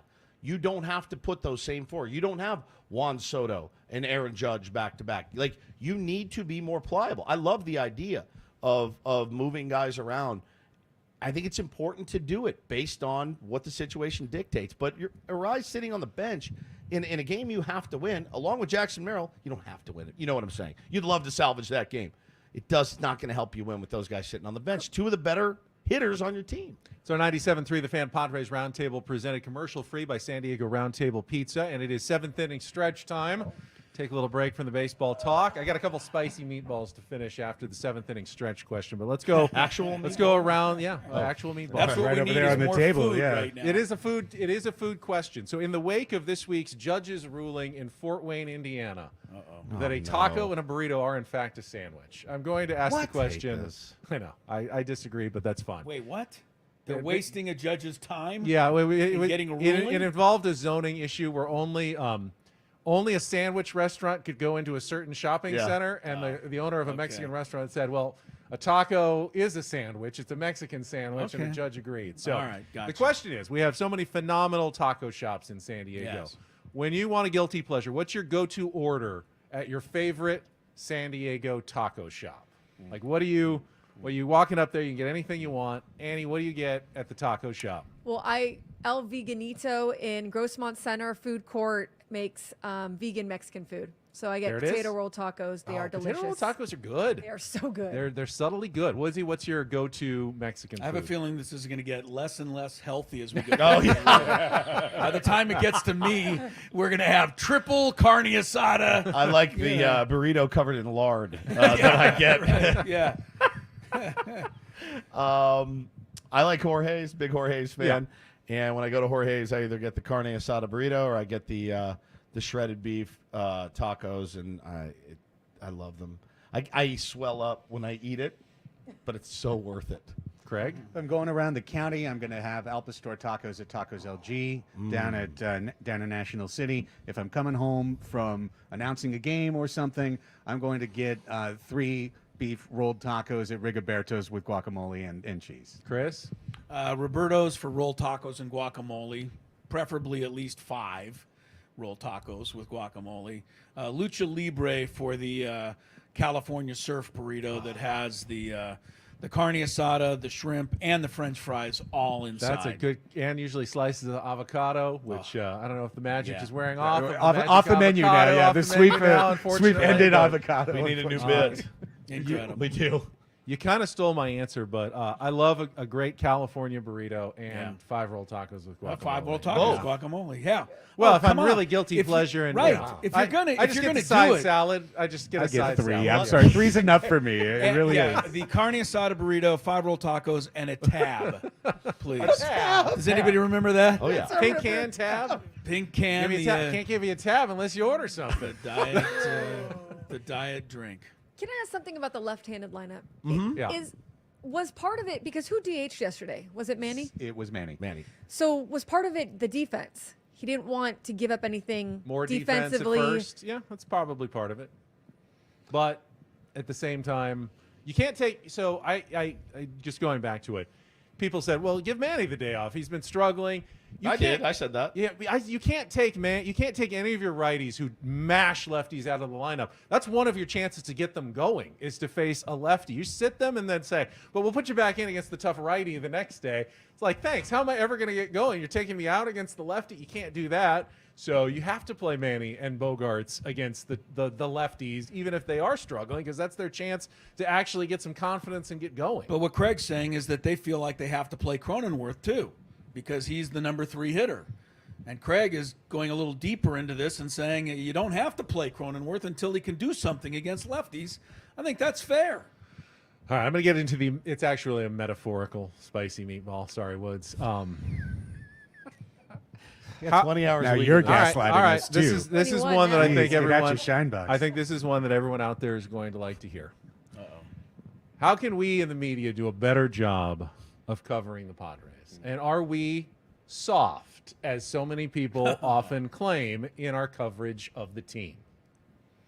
Anybody? Silence. I finally silenced the group. Did. We go back and forth on this a lot. I think. Like I'm excitedly nervous to talk to Mike Shildt tomorrow because I'm nervously nervous. With I mean, I think it's like I said, it's the first time with that particular skipper that you're gonna have to say, hey man, I don't agree with you. I don't agree with you at all. You know. When we talked to him last week and we brought up a couple of instances of things that we didn't really understand, I loved how he explained it. I loved how he explained why he uses Enyel De Los Santos when he does. He's a manager. I'm not. I loved that. Why did you take Profar out? I loved his explanation. And I can say, yeah, sounds good. Tomorrow is going to be different. And I don't think I can, in good conscience, sit and listen to, well, what about those 4 series, though? I don't think I can do that as a member of the media. I don't think I can stomach that. I also don't want to go. People want me to call him a liar. You're a liar. You're this. You're that. I'm not going to do it. And I know exactly. And I guess it's our first time in 3 years to win 4 series. Right. I think it was more mistake. It was more a mistake. Really a lie. Yeah. I mean, so I know I'm an avid defender of Manny Machado, of course, and I get railed for it. But I've seen him carry this team before. I've seen it. We've won with Manny Machado here. I don't know.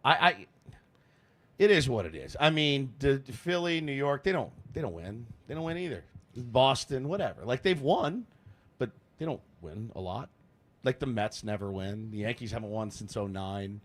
Phillies hasn't won a World Series in forever, so it is what it is. I used to take it really personally. I don't anymore. I don't. It is what it is. I want to throw out an example of something that I think a lot of us do, not just in San Diego, across the media. I've been guilty of it myself. And Andy, you've probably seen it in a million player scrums and manager and coach news conferences. Oftentimes when we ask a question, we will build the excuse into the question before we 100%. even get to the question. Can we stop doing that at least? Just ask the question. Be respectful. Understand that these guys are trying to do a job. It's a hard job. Most of them are actually quite good at that job and have a lot of experience making decisions in that job. I am a big proponent of always being respectful. You don't have to ask a question and try to get them. It's not a game of gotcha. But so many times, and even experienced members of the media will preface their question with 8 seconds of, or 30 seconds of, I understand that blah, blah, blah, and blah, blah, blah, and blah, blah, blah, but why did you make that decision? Well, you just answered the question already. Why do we do that so often? Yeah, I mean, I've been guilty of that. Also, the questions where you're like, how hurt, how worrisome is that? How concerned? No, maybe it's not concerning at all to them. Maybe it's not worrisome at all to them. So just, I think, changing a lot of that dialect is important. And I also think learning more about the game. Like, I love, like you, sometimes I think people in the organization sometimes take it defensively, like you're questioning them, when sometimes you're just trying to learn, like, what are the decisions, why are those being made? And I'll also say this, and this is a much longer conversation than we can have in this roundtable. Covering teams has gotten a lot different. There are a lot of people, and it's obviously goes from organization to organization, who are some players are coddled. Some people within the organization don't understand how media works.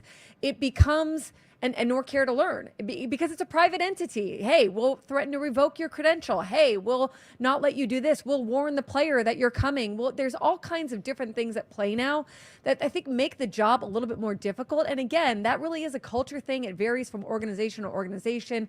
I talked to a lot of beat reporters around the league.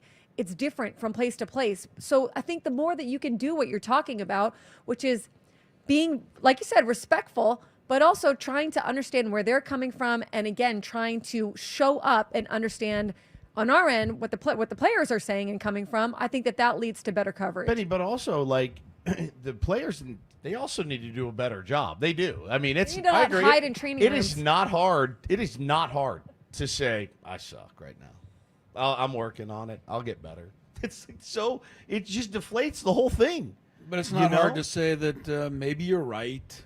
In that situation, I shouldn't have swung at the first pitch. But now it's harder now too for the player, because now they become viral. The clip, sometimes the context isn't included. The player gets burned somehow. So I get that part of it as well. I think as members of the media, we're human beings as well. Just like players and coaches don't want to be embarrassed, we don't want to look foolish with our questions. Which I don't mind if it's a strategy question. I mean, I don't mind at all. I think, sometimes the most foolish questions get the best answers. Well, and that's true, and that is absolutely true, Annie. That's a great point, because sometimes I think we as question askers need to swallow our pride and go, I know this sounds like a dumb question. I know that it's a dumb question, but I don't have to talk for 5 minutes to explain why I know it's not, a dumb question before I ask it, Craig. And we all have that feeling when we're in a press conference. Those are uncomfortable situations. They are. And, this is a difficult topic, to be sure.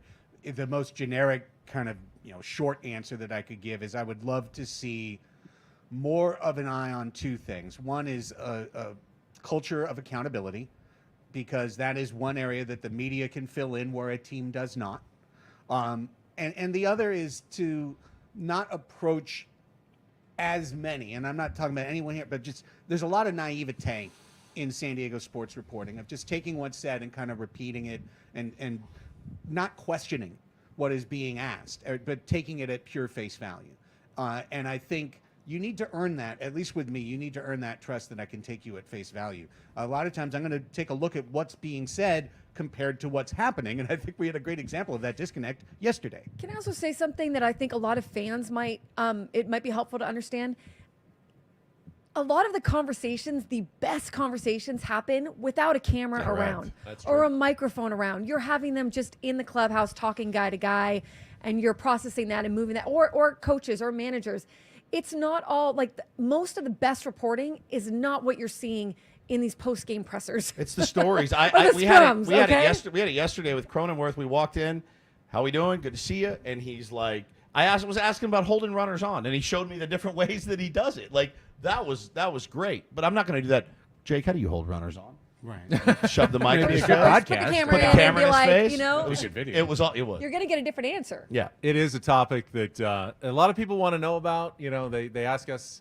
I think one of the biggest questions is like, why didn't you ask him a tougher question there? And I wanted to address it. We probably, as Andy said, we could probably go on for a long time on that question. Like, I'm expected to fight Mike Shildt tomorrow on the air, and I think it's a bad idea. It's a bad idea. I didn't even get to the question about booing players and being home fans and booing your home players. I guess we can save that for a future edition of the roundtable because our losing streak. Yes.